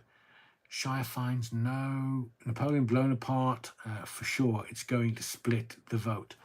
But isn't that what the political classes won't? Because I'm going to give you. So thank you for all your votes. You see, what he says, it's going to split the vote. Like, I've just asked you the question, 1 or 2, and it's kind of evenly balanced. It would split the Reform vote if they set up another party. But, right, I'll ask you another question. Is Reform a juggernaut that cannot be stopped? 1 for yes, 2 for no. Is Reform a political juggernaut that cannot be stopped? 1 for yes, 2 for no. Rhea Odell, good to see you in the body of the Kirk, Rhea. Phil the Van, no. Everybody else saying 1 currently. Shire Fines, Adam Whale, Karina Jane, Roy Gordon. Rich says no. Ooh, Beata says no. Conditions are that they tone it down. They can then go hard in power. Ooh, stay on. Lively. Angelic Inspirations, no. Reform is just the best of a bad lot. So, let me give you... Keep voting. Is Reform a political juggernaut that cannot be stopped? Miranda Sky says no. Garen Davis, no. Sam, I'm waiting for Nigel to leave again. Oof. He's done it once, Sam. So if the electorate were asked yesterday, the latest seat prediction from polling intention, if there was a general election today, how would you vote? And from that, they've extrapolated the data, and from that, Reform will have 372 parliamentary seats, which will give them a huge majority. Why? Because the Lib Dems are not really moving. They would have 81 votes next Parliament, or rather, if the Parliament was voted on today. Labour, oh bless them, they're shagged. Said a spokesperson. They'd only get 78. I mean, they've got hundreds and hundreds of seats now, but Reform would get 372. Lib Dems would be in second place with 81. Labour would be in third place with 78. The SNP would get 44 seats, and then the Tories 34. I mean, I can see why they want Boris back in charge. Kemi's not going to do it for them. Kemi's not going to kick it off. She's not going to kill the Tory party. It was all the crooks that killed it all off, who were just trying to, make money from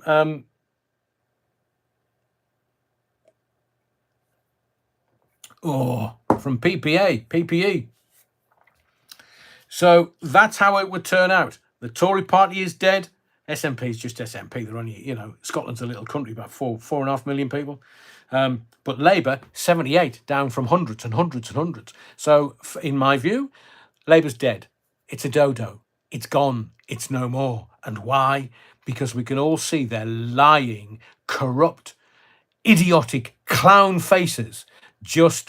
And I thought about this earlier when I was doing some research.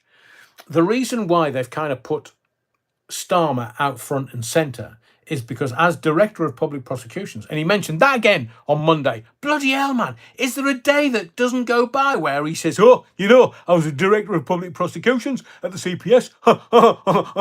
Fancy a shunk? I say, cans of Coca-Cola, I'm up for one. Are you? What he's had to do day in, day out in his career as a barrister, he's had to stand up and convince the judge.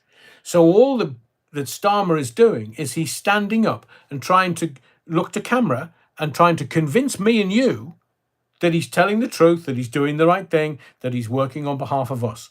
I mean, you and I are sitting there going, bollocks, man, bollocks. Because that's what he's talking. Sheer and utter bollocks.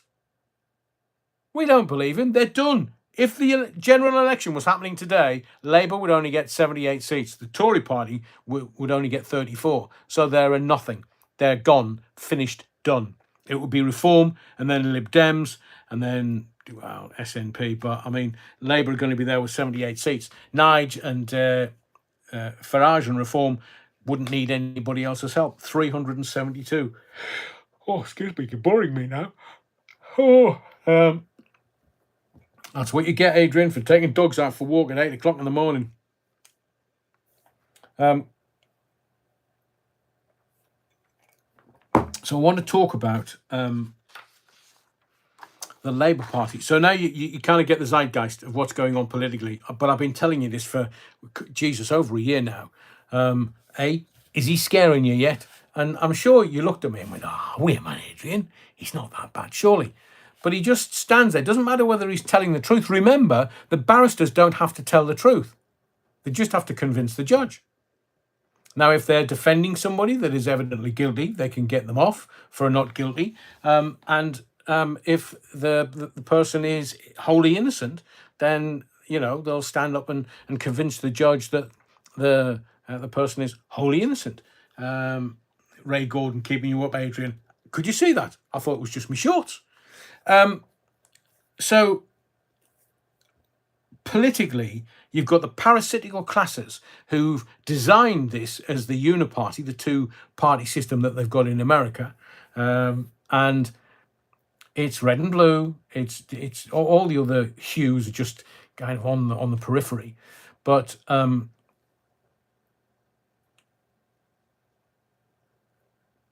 brilliant! Bad Wolf Project says Starmer's dad wasn't a toolmaker. He was a shop steward. A bit like how Rayner never worked in social care. She was a union rep paid by Stockport Council.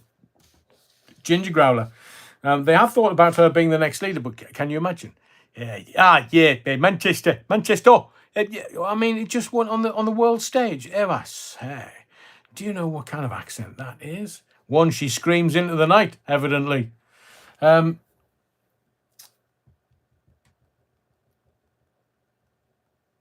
Right. Les Griffiths has asked a question. Name 5 serious politicians in either Labour or Conservatives. I'll give you a couple of minutes while I just have a drink of water. Name 5 politicians. Neil Cunningham, you dirty tart. Name 5 serious politicians in either Labour or the Tories or both. Mog is one. Mog's not an MP anymore. Aidan, he was unseated at the last general election. The bloody fools are throwing away the momentum. Divide and conquer, as old as the hills.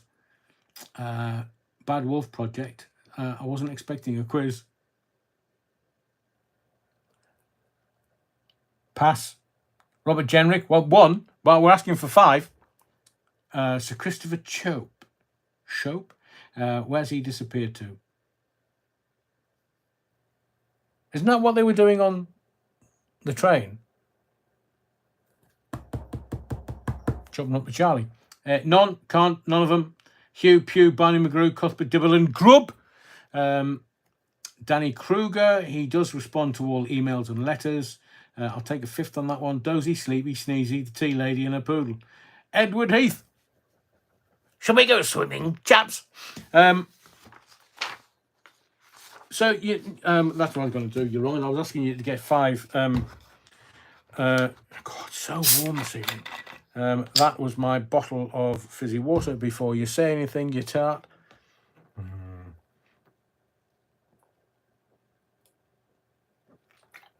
Honestly, it's pretty hard work doing this. 0, says Gary Shabot. Karina Jane, Neil yeah, wrong.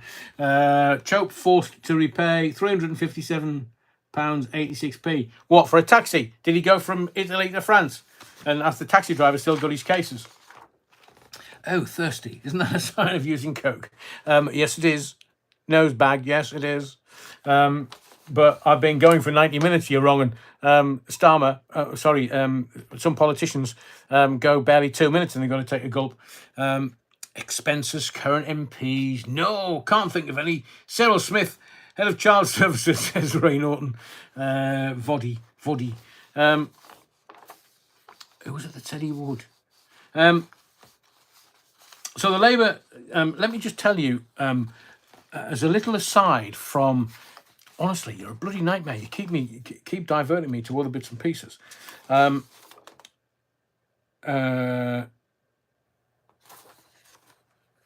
was going to talk about Fat Frank, but not to. We talked about Toyah on what day is it? Wednesday, Sunday. On Sunday's live, we kind of passed comment and said that Toyah was a bit lovely. Andrew Bridgen, he's not an MP anymore, Garen. Too much Jaeger bomb, says Stuart. I know, maybe I should leave it alone for 24 hours. We talked about Toyah, and then I mentioned that Toyah and Robert Fripp, her husband, were doing these gigs.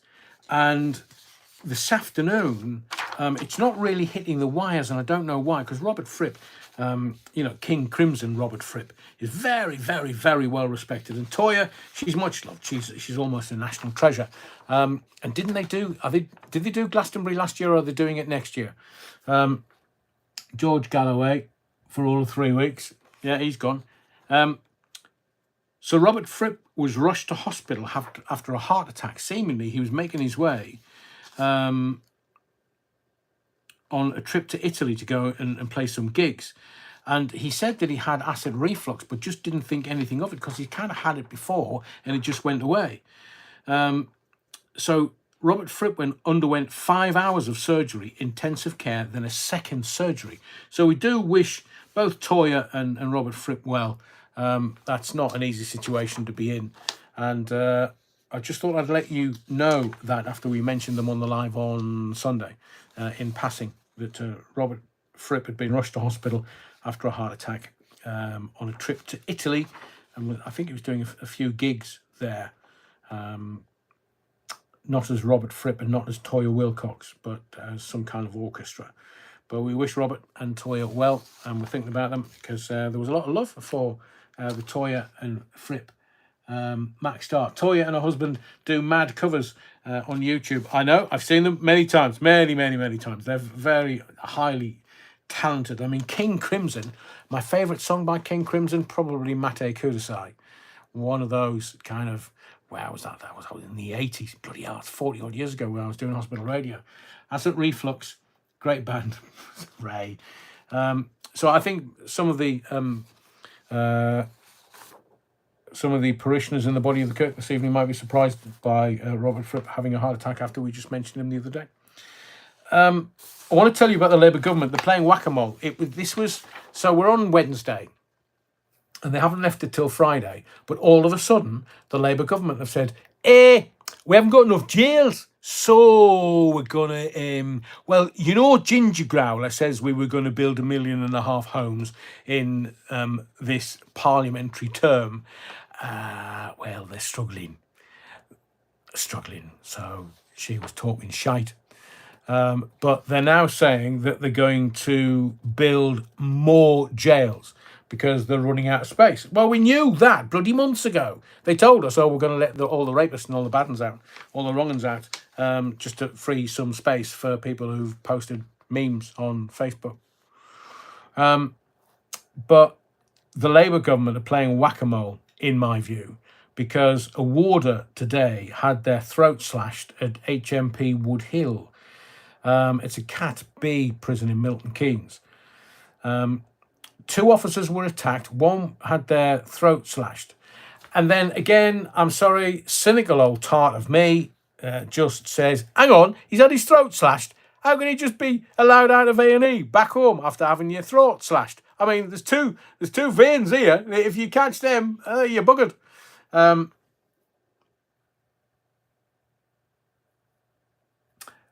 Derek Tomlinson has managed to drum up 5.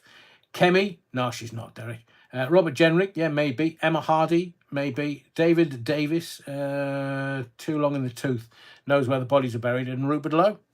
No Farage in there, then. Hang on, Les Griffiths. Adrian, mention Rod Stewart. Well, it looks like my gran now. I mean, he was proper rock and roll. We should build jails to have a place to park the boats. The dinghy divers. Well, we shouldn't really, because if we're going to use the Royal Navy, just get the Royal Navy to take them back over to France. Oi, you lot. Yeah, we'll give you 500 million so you can have these us back. Bye. Or just open the guns on them while they're in the water. They won't want to come across here again. But, I mean, you can see them. Oh, getting a free house. I'm like, oh, lovely. Free phone so I can call home. Well, yes, I can call the Tora Bora mountain range. Nobody will bloody hear because there's no coverage. So why are they giving them mobile phones if they can't call home like E-bloody-T? Oh, we get free money? No, the wonder they're all coming over here. And the Afghans, we absolutely did the Afghans. The Afghans that were working with the British forces. The Taliban are like, oh, right, so you were a snitch, were you? Right, come with us.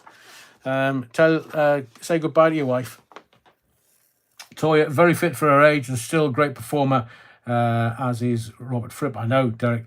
Malia, hasn't Ruda Cabana just poured boiling water over a prison warder? Yes, and another one of the Manchester bombers. So they're trying to build new prisons. And I look, prisons are not meant to be a holiday camp. Prisons are not meant to be like going on a cruise. You might think you're playing the system, but let me tell you, there are people coming out of jail whose heads have gone because it's not nice, and it looks like the Brotherhood are taking over all the prison. They're in charge.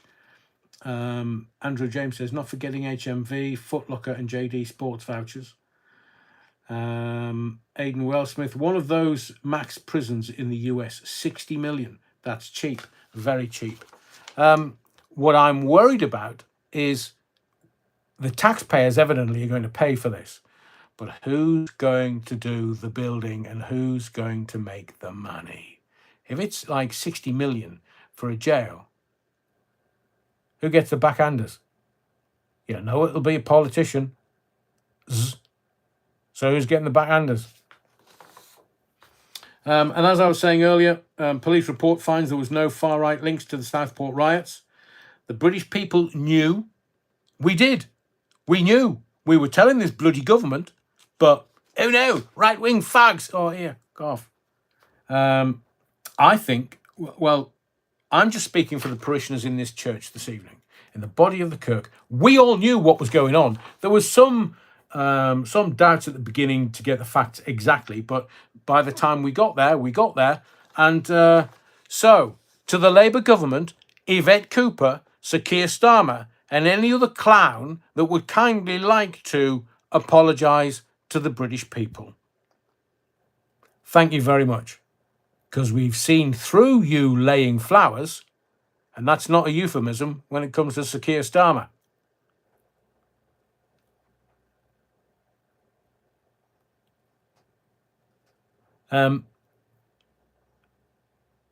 Right, another quick poll. Quick one. Quickie. Should we demand a public apology from the Labour government who got it completely wrong? We knew what the truth is. We knew what was going on. We knew what they were doing. Should we ask for an apology from the Labour government around Southport?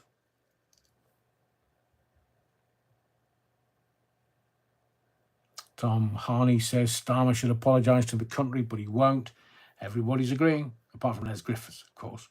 Matthew Whedon, Amalia Grassi. English Ballcap says no. Should Starmer make a public apology to the country? And I'm going to, just after you've finished voting, Ray Norton, potty mouth time. So fucking right. I'm going to give you an example of doublespeak. Now, Starmer likes doublespeak. He likes to say one thing and then have you think that he's meant another. What am I talking about? I'm going to talk about this bloody speech he gave on Monday morning. So he's offering, and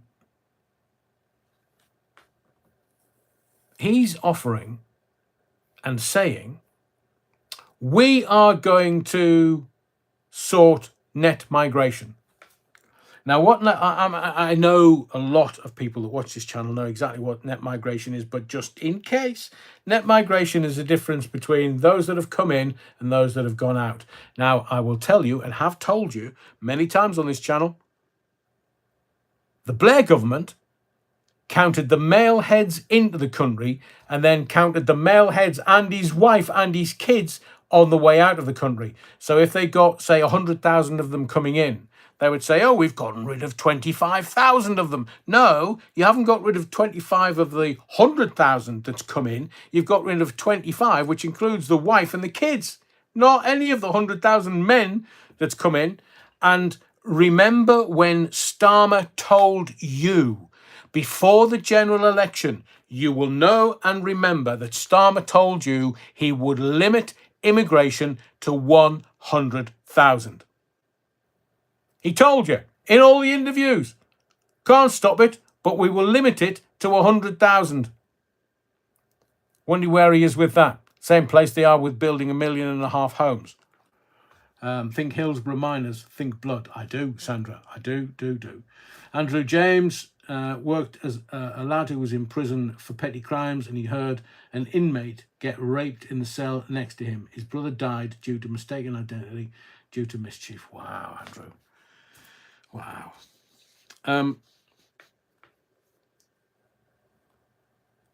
Neil Cunningham, Starmer meant 100,000 a day, but he told you in the run-up to the general election that was part of his promise to get elected. We would limit it to 100,000, and has he kept that? It's 500 a day since the weekend. So if it goes like that every day of a year, you're talking about 180,000 a year. Evidently, it's going to be much, much more than that. And that is bona fide. Well, it was in the press, so it must have been 500 a day. But this so the doublespeak from Starmer, and he's very clever at it because he just has to convince the judge. The judge is the TV. So if he convinces the audience believes him. Do I believe him? Do I bollocks? He can foxtrot Oscar. Absolutely double speak clown. So he's talking to the camera, he's talking to you as the audience, and he's hoping that you think he's talking about illegal migration. He's not talking about the illegals, he's talking about net migration. He's talking about those that come into the country, they get processed, your name's not on the door, you can't come in. No, the computer says no.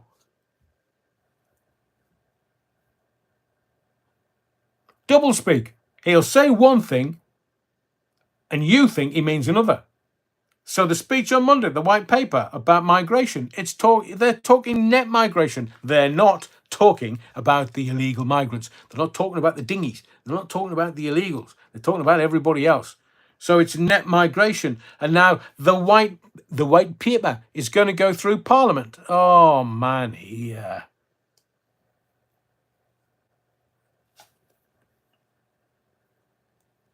English bottle cap nails it. I asked about an apology. An English bottle cap says resignation is the only apology that is acceptable. Terry Wookfit says, still waiting for my energy bills to drop 600 quid, the lying bar steward. 100,000 a year, says Des Ashton. Which year? Well, maybe 2075. Phil Levan, my water rates have gone up over a score a month. My water bills have gone up 50%. I thought they were all coming down. They literally just said anything to get power. And now that they've got power, they're shitting themselves. The Labour NEC, the Executive Council, are shitting themselves. Why? Because the country has had enough of their lying, of their snout in the trough, whether it's Mr. Creosote being charged 600 quid from Italy to France. I mean, lazy, fat bastard. Why didn't he just jump on a plane? Because it would have it wouldn't have cost more. It's just laziness. Why? Why do that? Because I could. Yes, the taxpayers will pay. Get out jogging, you fat tart. Matthew Whedon, Starmer, leader of total chaos. Well, they want chaos because then they can distract you with lots of different things. If you look at the way Trump is filling the zone, flooding the zone, then Starmer's doing exactly the same. They've worked out what he's doing. So there's a load of there's stories to keep other stories out, and the stories to get other stories in, and there's horse trading and all kinds goes on with the editors of the daily newspapers, and they're bought off by government money. Nicholas says, do you remember Madison's? The new Bridge Street Hotel next door, opposite Tiffany's, right in the city, is now full of engineers and doctors, all male. Oh, I don't remember Madison's. Did I play there? I tell you what, remember the, what was the boat moored at the Tyne Bridge, Gateshead side? Should just stick them back on there. Mind you, they might be traumatised to think they're going back to France. It's okay when you have your hosepipe bans later this year. Just remember how much value for money you get from your local water company.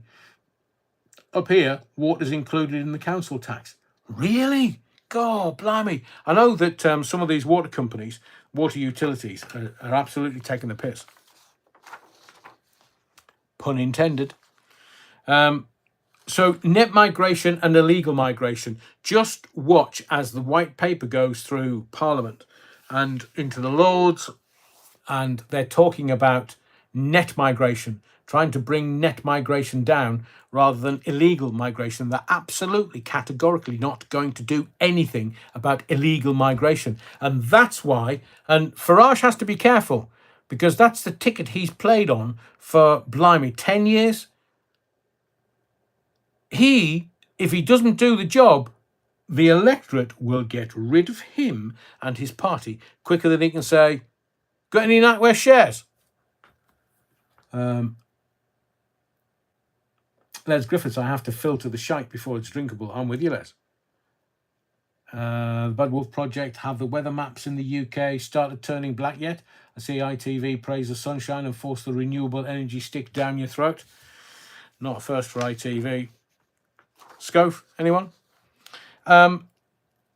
So just watch the snake oil sellers telling you that they're going to bring immigration down. We're going to do this with immigration, and we're going to do that with immigration, and we're going to stop immigration. And then you'll find out in like 18 months, once the bill's gone through the House, the two houses, that, well, it's net migration we're talking about, not illegal migration. By which point, it's like 2 years down, and nobody's gone, oi, oi, oi, you tarts. What's happened with illegal migration? Oh, no, we were talking about net migration. Yeah, bunch of double-speaking bastards. Did a dance of the flaming arseholes on the foredeck of the, Tuxedo Princess. Fantastic, Terry. Hang on, how do you know about Tuxedo Princess? Some stories. I think John Leslie actually might have been, as in the Blue Peter presenter, as in the Abby, what's her face, Shagger. He was a nightclub DJ in Newcastle when I knew him as a young boy.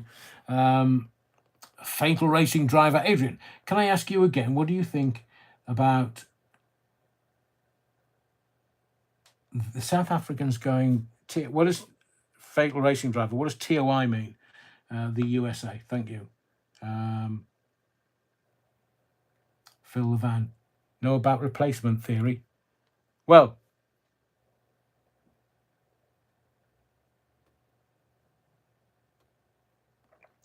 I was getting Munchausen's and Manchurian mixed up in my head there for a second. I do believe that Ginger Growler and Starmer and Biden and Macron and Merck are all Manchurian candidates. They're all doing the bidding of other people.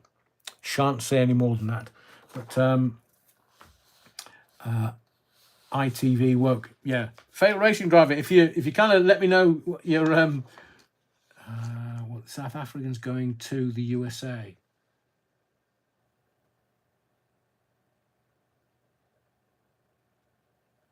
I've seen something today, but I'm not across that story. Is these the South African farmers?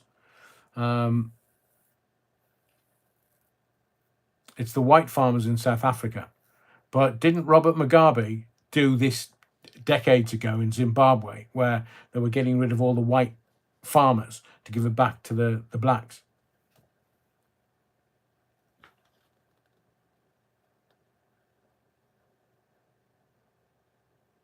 Ray Norton says, I had a game of noughts and crosses with the chemtrails today. It's interesting that the chemtrails... you're a conspiracy theorist. Chemtrails, what are you talking about, man? You're talking out your backside. No. Now that the government is actually going to block out the sun, they don't need your permission. They've already told you.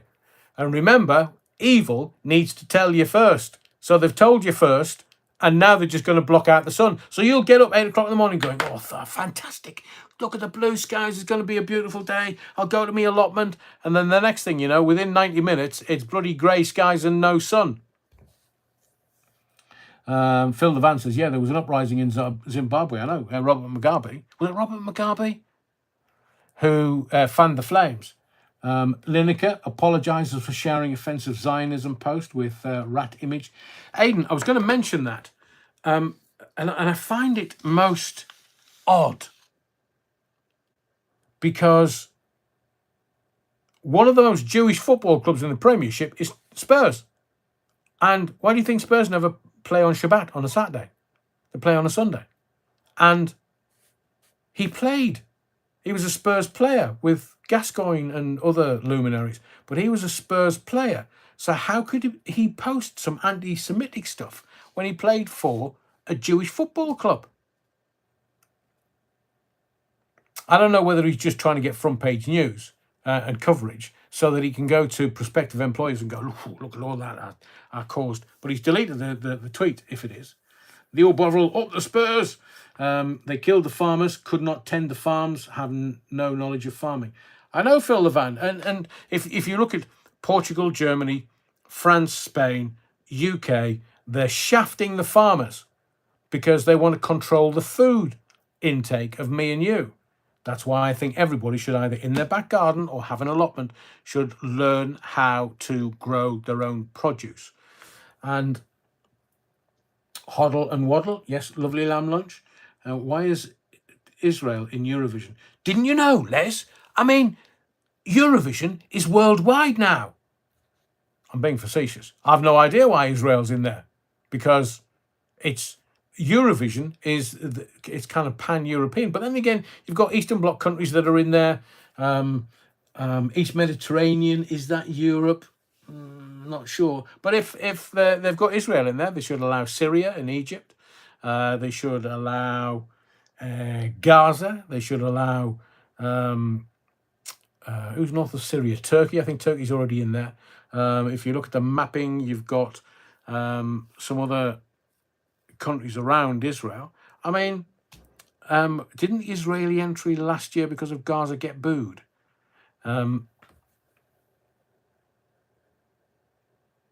Oh, yeah, of course. Nicholas says Australia was in last year. Wasn't it the semi-finals last night? Monday night. Last night. I mean, I love a bit of Eurovision, so long as it's entertaining. But there was... I can't remember which country it was, but in the heats, they were basically misspelling it so they could get it through. But the pronunciation of Caring, Understanding 90s Type was absolutely in there. They didn't get through, obviously. Azerbaijan is in Asia. It is. Azerbaijan's in there. Azerbaijan's got a shit ton of oil as well. Israel is not European, and they introduced the first transgender years ago. Well, maybe we should tell them, but they'll say we're anti-Semitic for saying Israel can't be in Eurovision. But I get it. It's not xenophobic either. I get it. Which side of the Urals? Which one? Azerbaijan. Eurovision Political Song Contest. Yeah. So we've done the double speak with the Labour government and Starmer. They can all go in Foxtrot Oscar. I was going to tell you about Trump, but let's take another question because we've rattling on tonight. So question 2. After my week with the 10 days with the dogs, Andrew James, I wonder if London Stan will be in Eurovision next year. Won't be in English. And that's what we need to be worrying about, Eurovision, Lauren Taylor. I'm going to ask you another question. So get rid of fastest finger first. It's 1 for yes and 2 for no. Jordan, says Alan, I've been there. Been to... this is because I'm tired. Actually, I could use some of that now. I wouldn't. Napoleon Blown Apart says, yes, buy a dog. No, Petra. I've been there, Terry Woodford. Thank you. You're a lot sharper than me. Stuart says 6. Right. Question 2.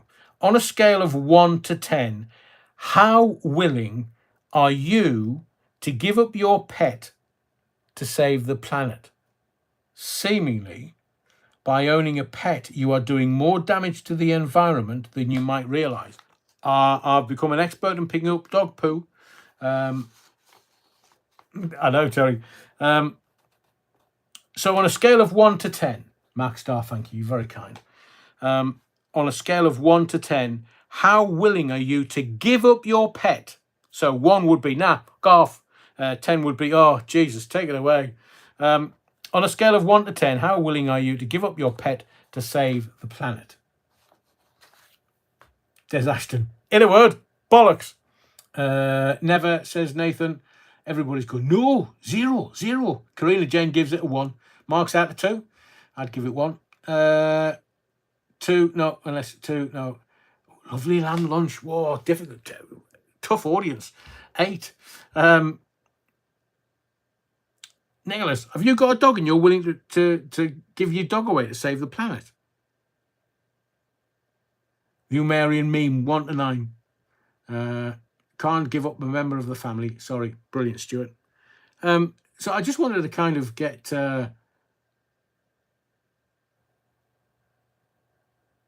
Isn't that interesting? Lovely lamb lunch.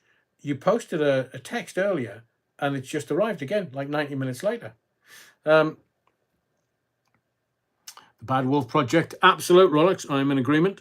And again, I'll give this as a throwaway comment, as a passing comment. But you never see stray dogs anymore.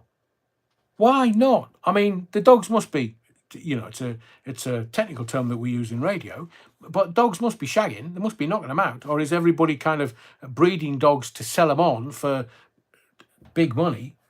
Jackie Glasgow says, at the start of World War II, people were persuaded into killing their pets as they were told they wouldn't be able to feed them. Oh, Jackie, that's proper stopped me in my tracks. I mean, Des Ashton says, how the bloody hell did humanity make it this far? I despair. Cool, Jackie. That's, did we really, as a society, think it was better to kill our dogs off because we weren't going to be able to feed them? I mean, I know we're an island race, and I know it was tough in World War II, but really? Garen Davis, did they get eaten? Well, around about World War II, the Vietnamese had a cookbook, 100 Ways to Walk Your Dog. But beware of cheap dog poo bags. Oh, Nuki Brown, no. I mean, I wash my hands as it is when I come back, but I'm never going to sleep tonight now. So I think we kind of get that everybody's a pet lover-ish, in the loosest of terms. Dominic Beresford, even recently, people in China were throwing out their pets because of Charlie 19 fears. Have you or any of your family had COVID recently? Because it's still around. Family member, it's a very weak strain, obviously, but it's still around. They tested positive for COVID. I was like, what? Aidan Wellsmith, nephew sent me a video yesterday, dog meat in Vietnam. There is footage immigrants catching seagulls. Well, they're just shite ox, seagulls. I mean, my experience in Sunderland of seagulls, they're massive. They're the size of small houses. So if the immigrants are catching seagulls, it'll keep them fed for a couple of days. Easy. Islam says dogs are unclean. Is that why they're disappearing? Is that why we're not getting any, why we don't have stray dogs anymore? Let me ask you one more question, kind of the final question, and then I'll get into some real, because I want to talk about panorama in a moment. Question. This immigration white paper that I was discussing around Starmer. So I'm going to ask you a very honest question, and I want you to answer very honestly. 1 for yes, 2 for no. If Starmer and the Labour Party, or the Labour liars, turned immigration around to your satisfaction, where they were cutting them down and dealing with them, if Starmer and the Labour liars turned immigration around, would you vote for them again?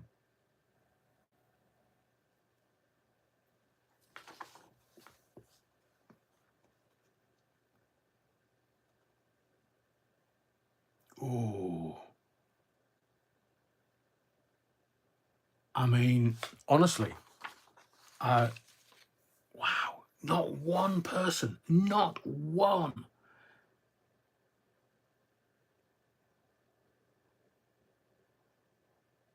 Wow. Honestly, for a second there, I was more interested in reading your responses than actually speaking to you. Everybody, not no one. Not one person, and normally there's at least a couple of people saying, well, maybe.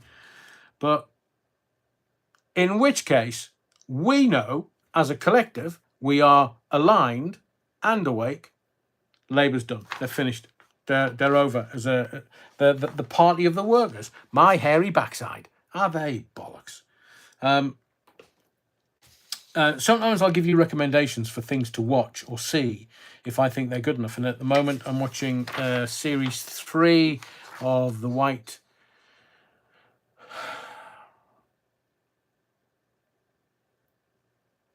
I've got White Turtle in my head. I don't know where that's come from. Honestly, that somebody must have spiked my bloody hibiscus earlier. Oh,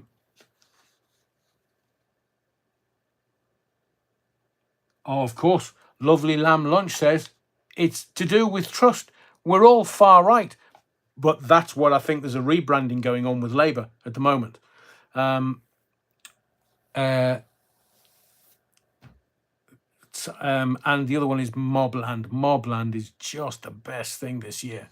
But I watched. I was recommended by my mate Dean. He said, "Look, get your eyes around this panorama on the BBC. It's all about special forces in Afghanistan, and it's titled this panorama: Special Forces. I saw war crimes on the BBC. You can pick it up on iPlayer as I did earlier. But as I've said to you many times before, what's the first casualty of war? The truth.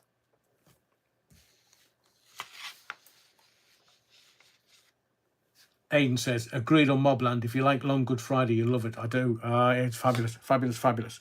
So let's just look at, I'll use Northern Ireland as an example. So it was terror-led. The IRA said they were at war.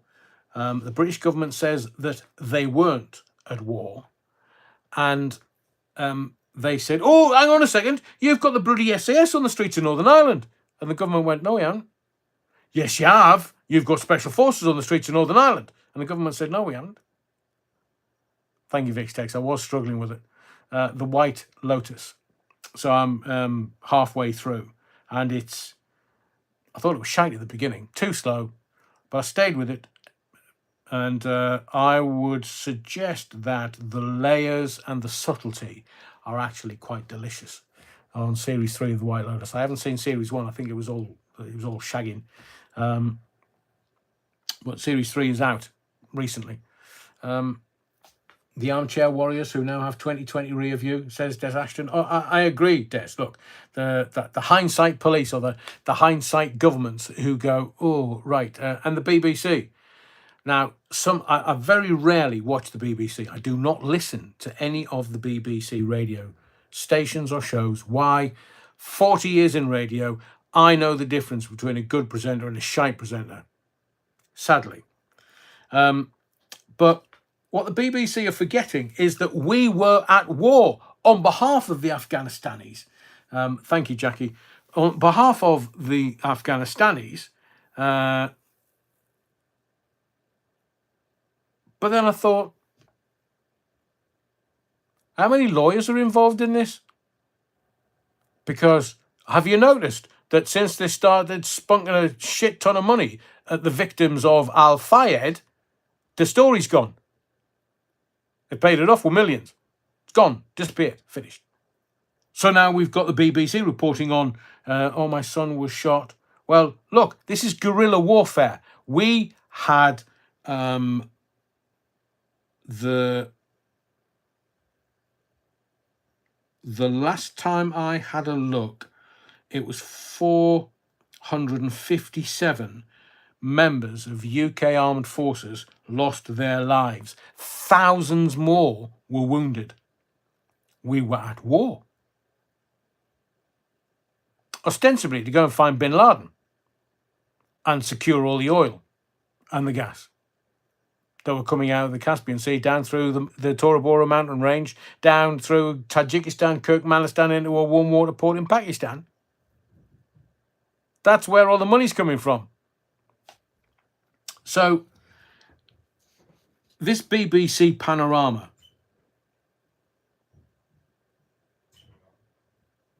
it was the start of the narrative, the start of the program, the panorama. It was all around the children and the women. So they promulgate this narrative where, bad men do bad things, and it's children and women. Well, that's a little below the belt, because I've just said to you, 457 members of the UK Armed Forces lost their lives. Thousands more were injured and wounded. And then somebody halfway through said, oh, he genuinely seemed like a psychopath. So it was one SAS man talking about another. They didn't put any of the SAS or special forces in vision. They used actors to kind of do their voices and say what they said. And one of them said, oh, he genuinely seemed like a psychopath, said a trained psychopath. So hang on a second. They've got the BBC and this agenda trying to bring down the special forces. I wonder why this is in place. And there are people saying that it could be viewed as murder. We we're at war. Oh, we have to adhere to certain conventions. Right. So, hello, BBC. When are you going to do stuff about Gaza, mate? And by the way, why didn't you cover the BBC employee that was funding terrorism? Odd that, isn't it? And there's you doing documentaries about Northern Ireland, which I took a great interest in. And the documentary that I watched, which I thought was actually a fairly balanced and truthful documentary, you've taken off iPlayer. Why have you done that then? So the BBC have got the women and children first in their narrative. Everybody knew what was going on. We were being fired at. We were firing at them. The Taliban, at the beginning of the Caspian Sea, they were offered a carpet of bombs or a carpet of gold. If you look after the pipeline that's going to come out of the Caspian Sea down to a one water port in Pakistan, we will give you a carpet of gold. We'll give you more money than you'll ever realize. And if you don't, we'll just bomb the fuck out of you. So they were happy to kill Americans, Brits, anybody else that they saw were soldiers. At the moment, we've got all these Afghanistanis trying to get across Europe into the UK because we left them behind without any support or money. But it was just for me, the SAS, the Special Forces, are trained psychopaths. That is a given. I mean, which part of just walking into a firefight and killing other human beings in the best way possible?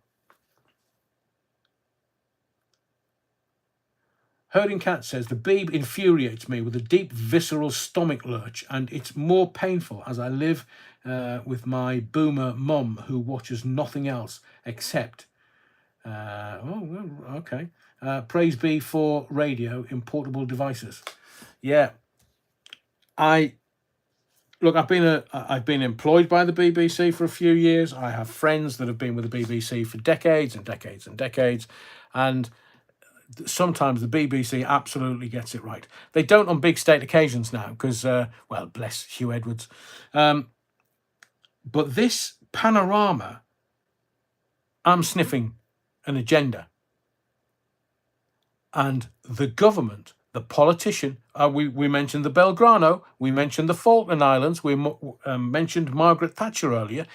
Thatcher had the special forces on the Falklands before you could say, fuck me, what was that? General Galtieri. He didn't know what had hit him. Thatcher, the Iron Lady. I mean, I'm sure Starmer wants to go to war just because he wants to look like he's some hard guy. Don't think you'd get that drinking Coca-Cola. The SAS are not all tough as the Sea Cadets. They cannot pitch a tent on water, says Les Griffiths. Herding Cats and the 77th Brigade. Ooh, interesting. So I just watched this in despair when they were saying, oh, he seemed like a psychopath. Oh, Ian, mate, Foxtrot, Oscar. That's what special forces are. They know no fear. And you've got to be a little bit deranged to know no fear. Yeah, I know they talk about training and it's all about the training. But we had 14 int on the streets of Northern Ireland, and 14 int was SAS, but they weren't badged the regiment. You didn't know that. So technically the IRA were right, but technically they weren't. So it's all about deniability. So if the British government is sending out their elite, the special forces, that's why they're called special forces. The BBC is going to be banging on about this. It was murder.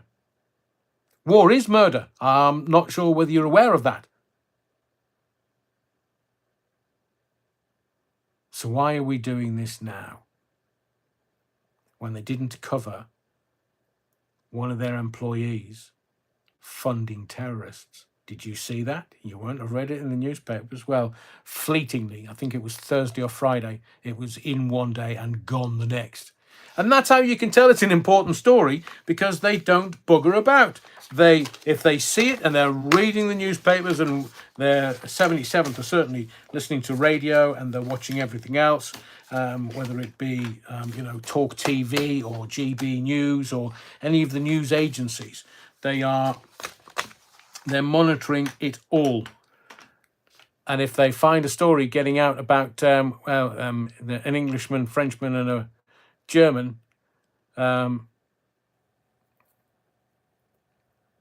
the sniff, then they'll try and kill that story. So I'm going to end it there. There was a lot more that I could have done. I'm going to end it there.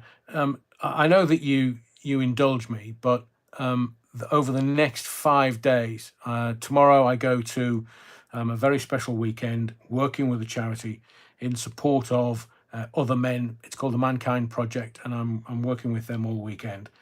I'm hoping to be back for 8 o'clock on Sunday so that we can have another live, but I will let you know whether I can or can't do it, because I do my charity work for nothing, and it's the Mankind Project is very special. Go to the website, have a look. It's for men, and also if the girls start screaming sexism, there are very good organisations for women, Women in Power, women. It's all based around something called shadow work, which is a Jungian archetypes, the 4 Jungian archetypes. So I hope you've enjoyed this evening, and you got some value from what I was talking about this evening. It's kind of like a zeitgeist of what is going on. So thank you for your likes. If you can smash those before you leave the body of the Kirk this evening.